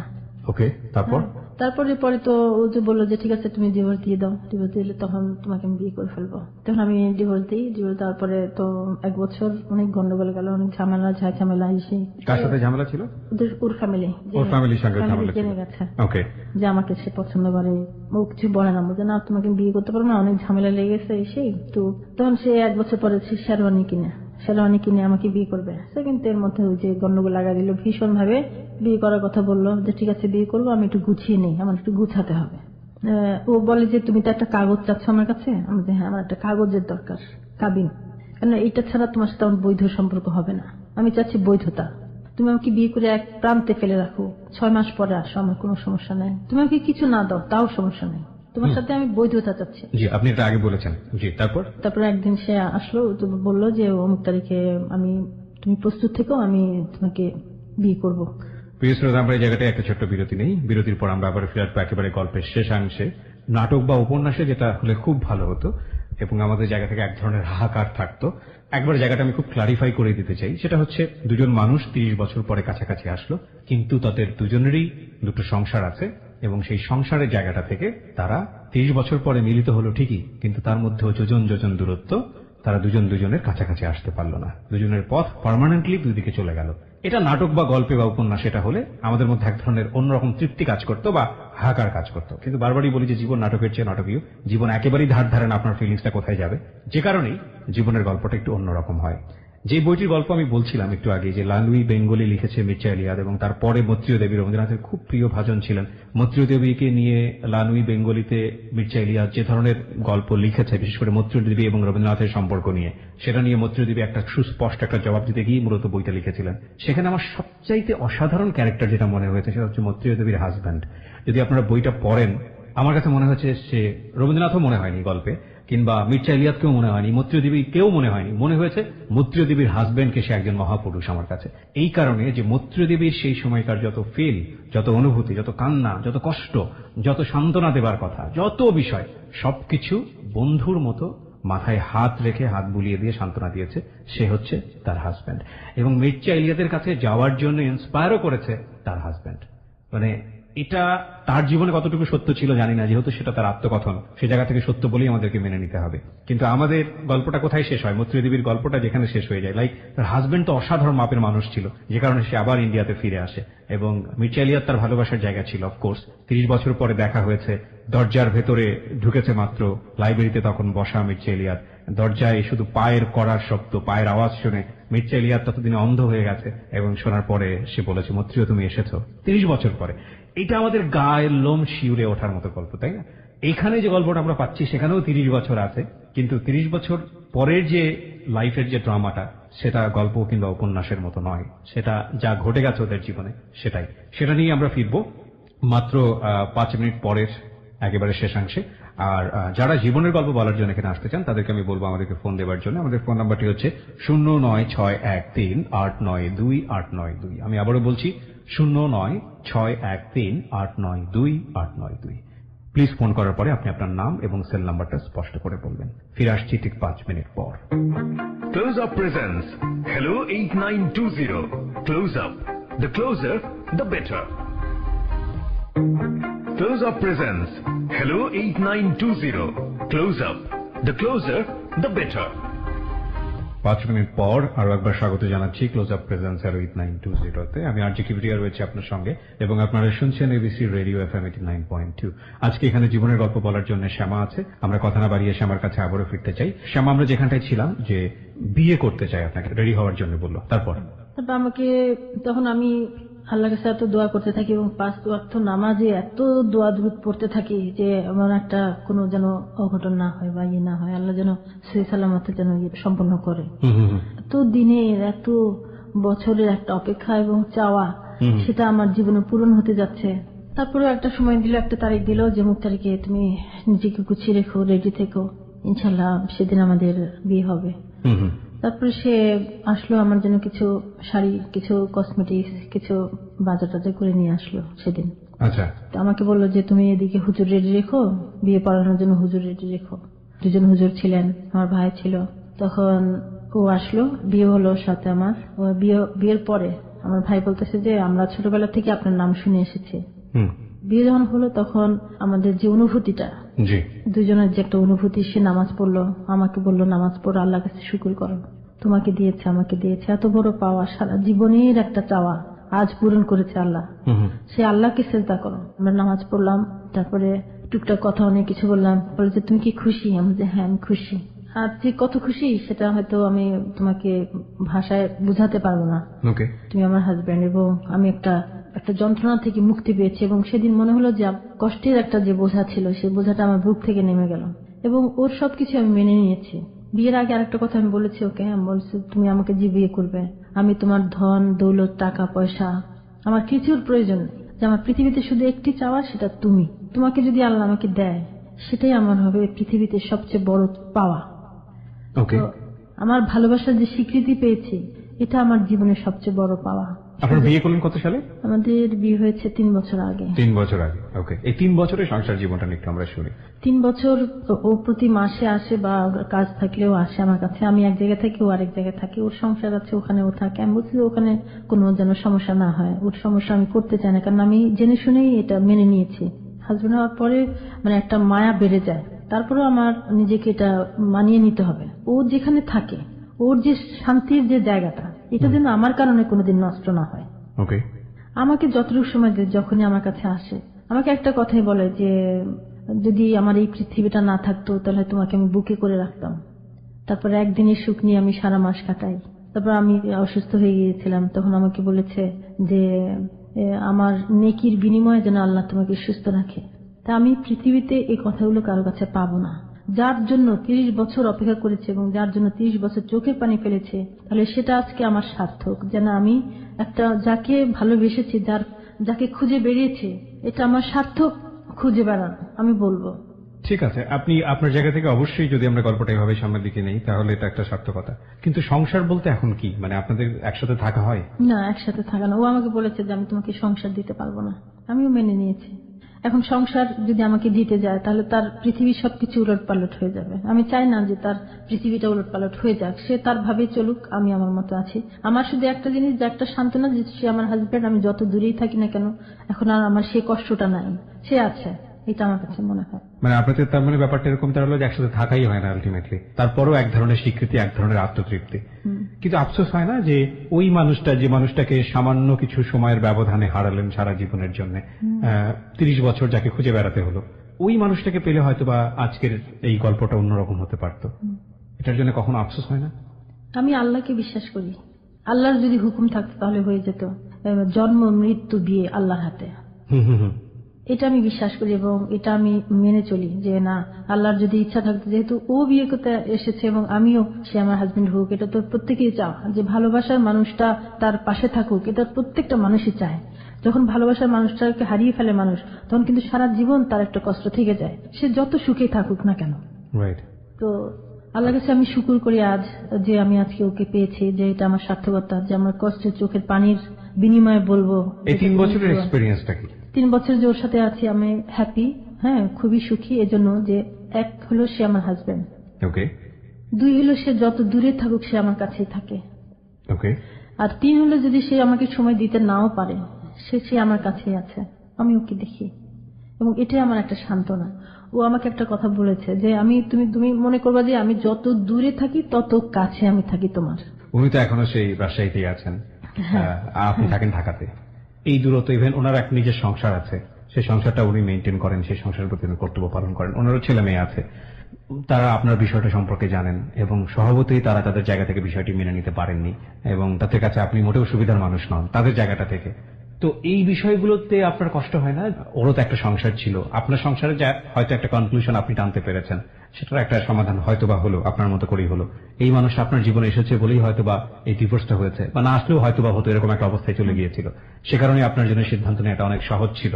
কিন্তু এই মানুষটার জীবনে যদি আপনি না আসতেন তাহলে হয়তো সেকেন্ড বিয়েটা হতো না। তাদের জায়গাটা থেকে এক ধরনের মনোকষ্ট থাকলেও থাকতে পারে যদি একজন হিউম্যান বিং হিসেবে চিন্তা করি। তো সেই জায়গাটিতে আপনি কি বলবেন একেবারে ব্যক্তি মানুষ হিসেবে? ধরেন আপনি প্রেমিকা হিসেবে না, কিংবা তার দ্বিতীয় স্ত্রী হিসেবে না, আপনি বরং তার যে আগের সংসার, সেই আগের সংসার একজন ব্যক্তি মানুষ হিসেবে যদি চিন্তা করেন, সেই জায়গাটা থেকে আপনার কি বলার আছে? না, এটা আমি যেটা বুঝি সেটা হলো যে আমি যদি মেনে না নিই ত্যাগ, আমি যদি ত্যাগ না করি, আপনি সুখী হবেন না। আমার ত্যাগের বিনিময়ে ওর সুখে থাকা।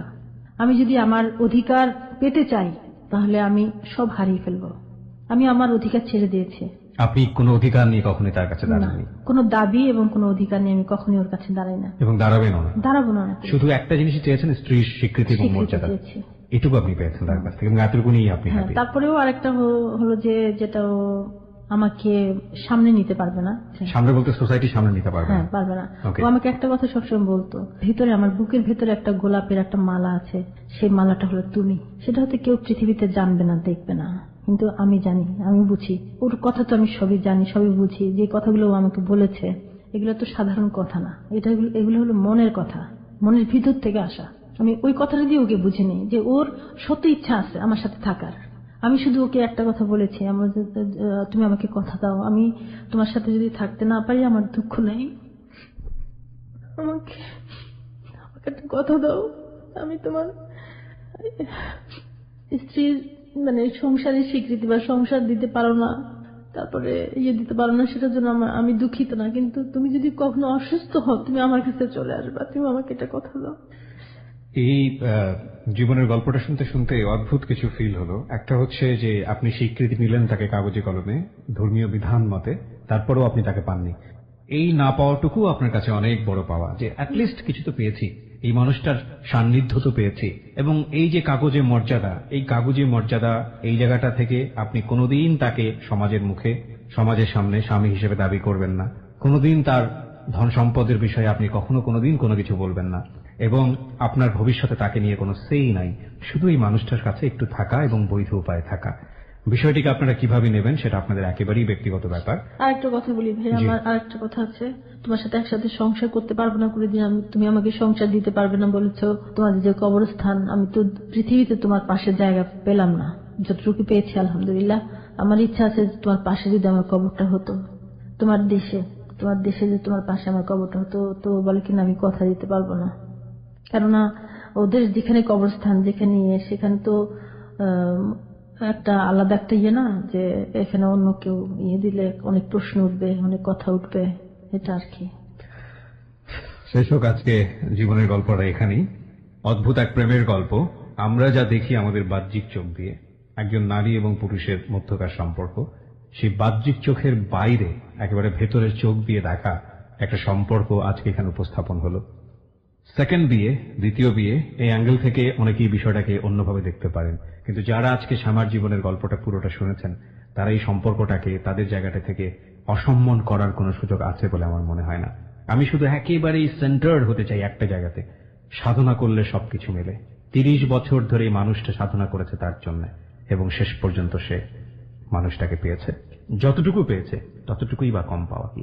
নাই হলো তার পাশে কবর, নাই পাওয়া গেল দুনিয়াবি সম্পদ, মানুষটার কাছ থেকে তো স্বীকৃত মর্যাদা পেয়েছে, এবং এটুকুই তার কাছে অনেক বড় কিছু। এই ভালোবাসাকে আমরা আমাদের অনুষ্ঠান থেকে রেসপেক্ট যেন করি, আমরা আমাদের সংকীর্ণতার ঊর্ধ্বে উঠে যেন মানুষকে সম্মান জানাতে পারি। আজকের এই অনুষ্ঠান থেকে আমরা যেন এই ব্রতটা নেই। প্রিয় শ্রোতা, আমরা শেষ করছি আমাদের প্রিয় অনুষ্ঠান ক্লোজ আপ প্রেজেন্স হ্যালো 8920।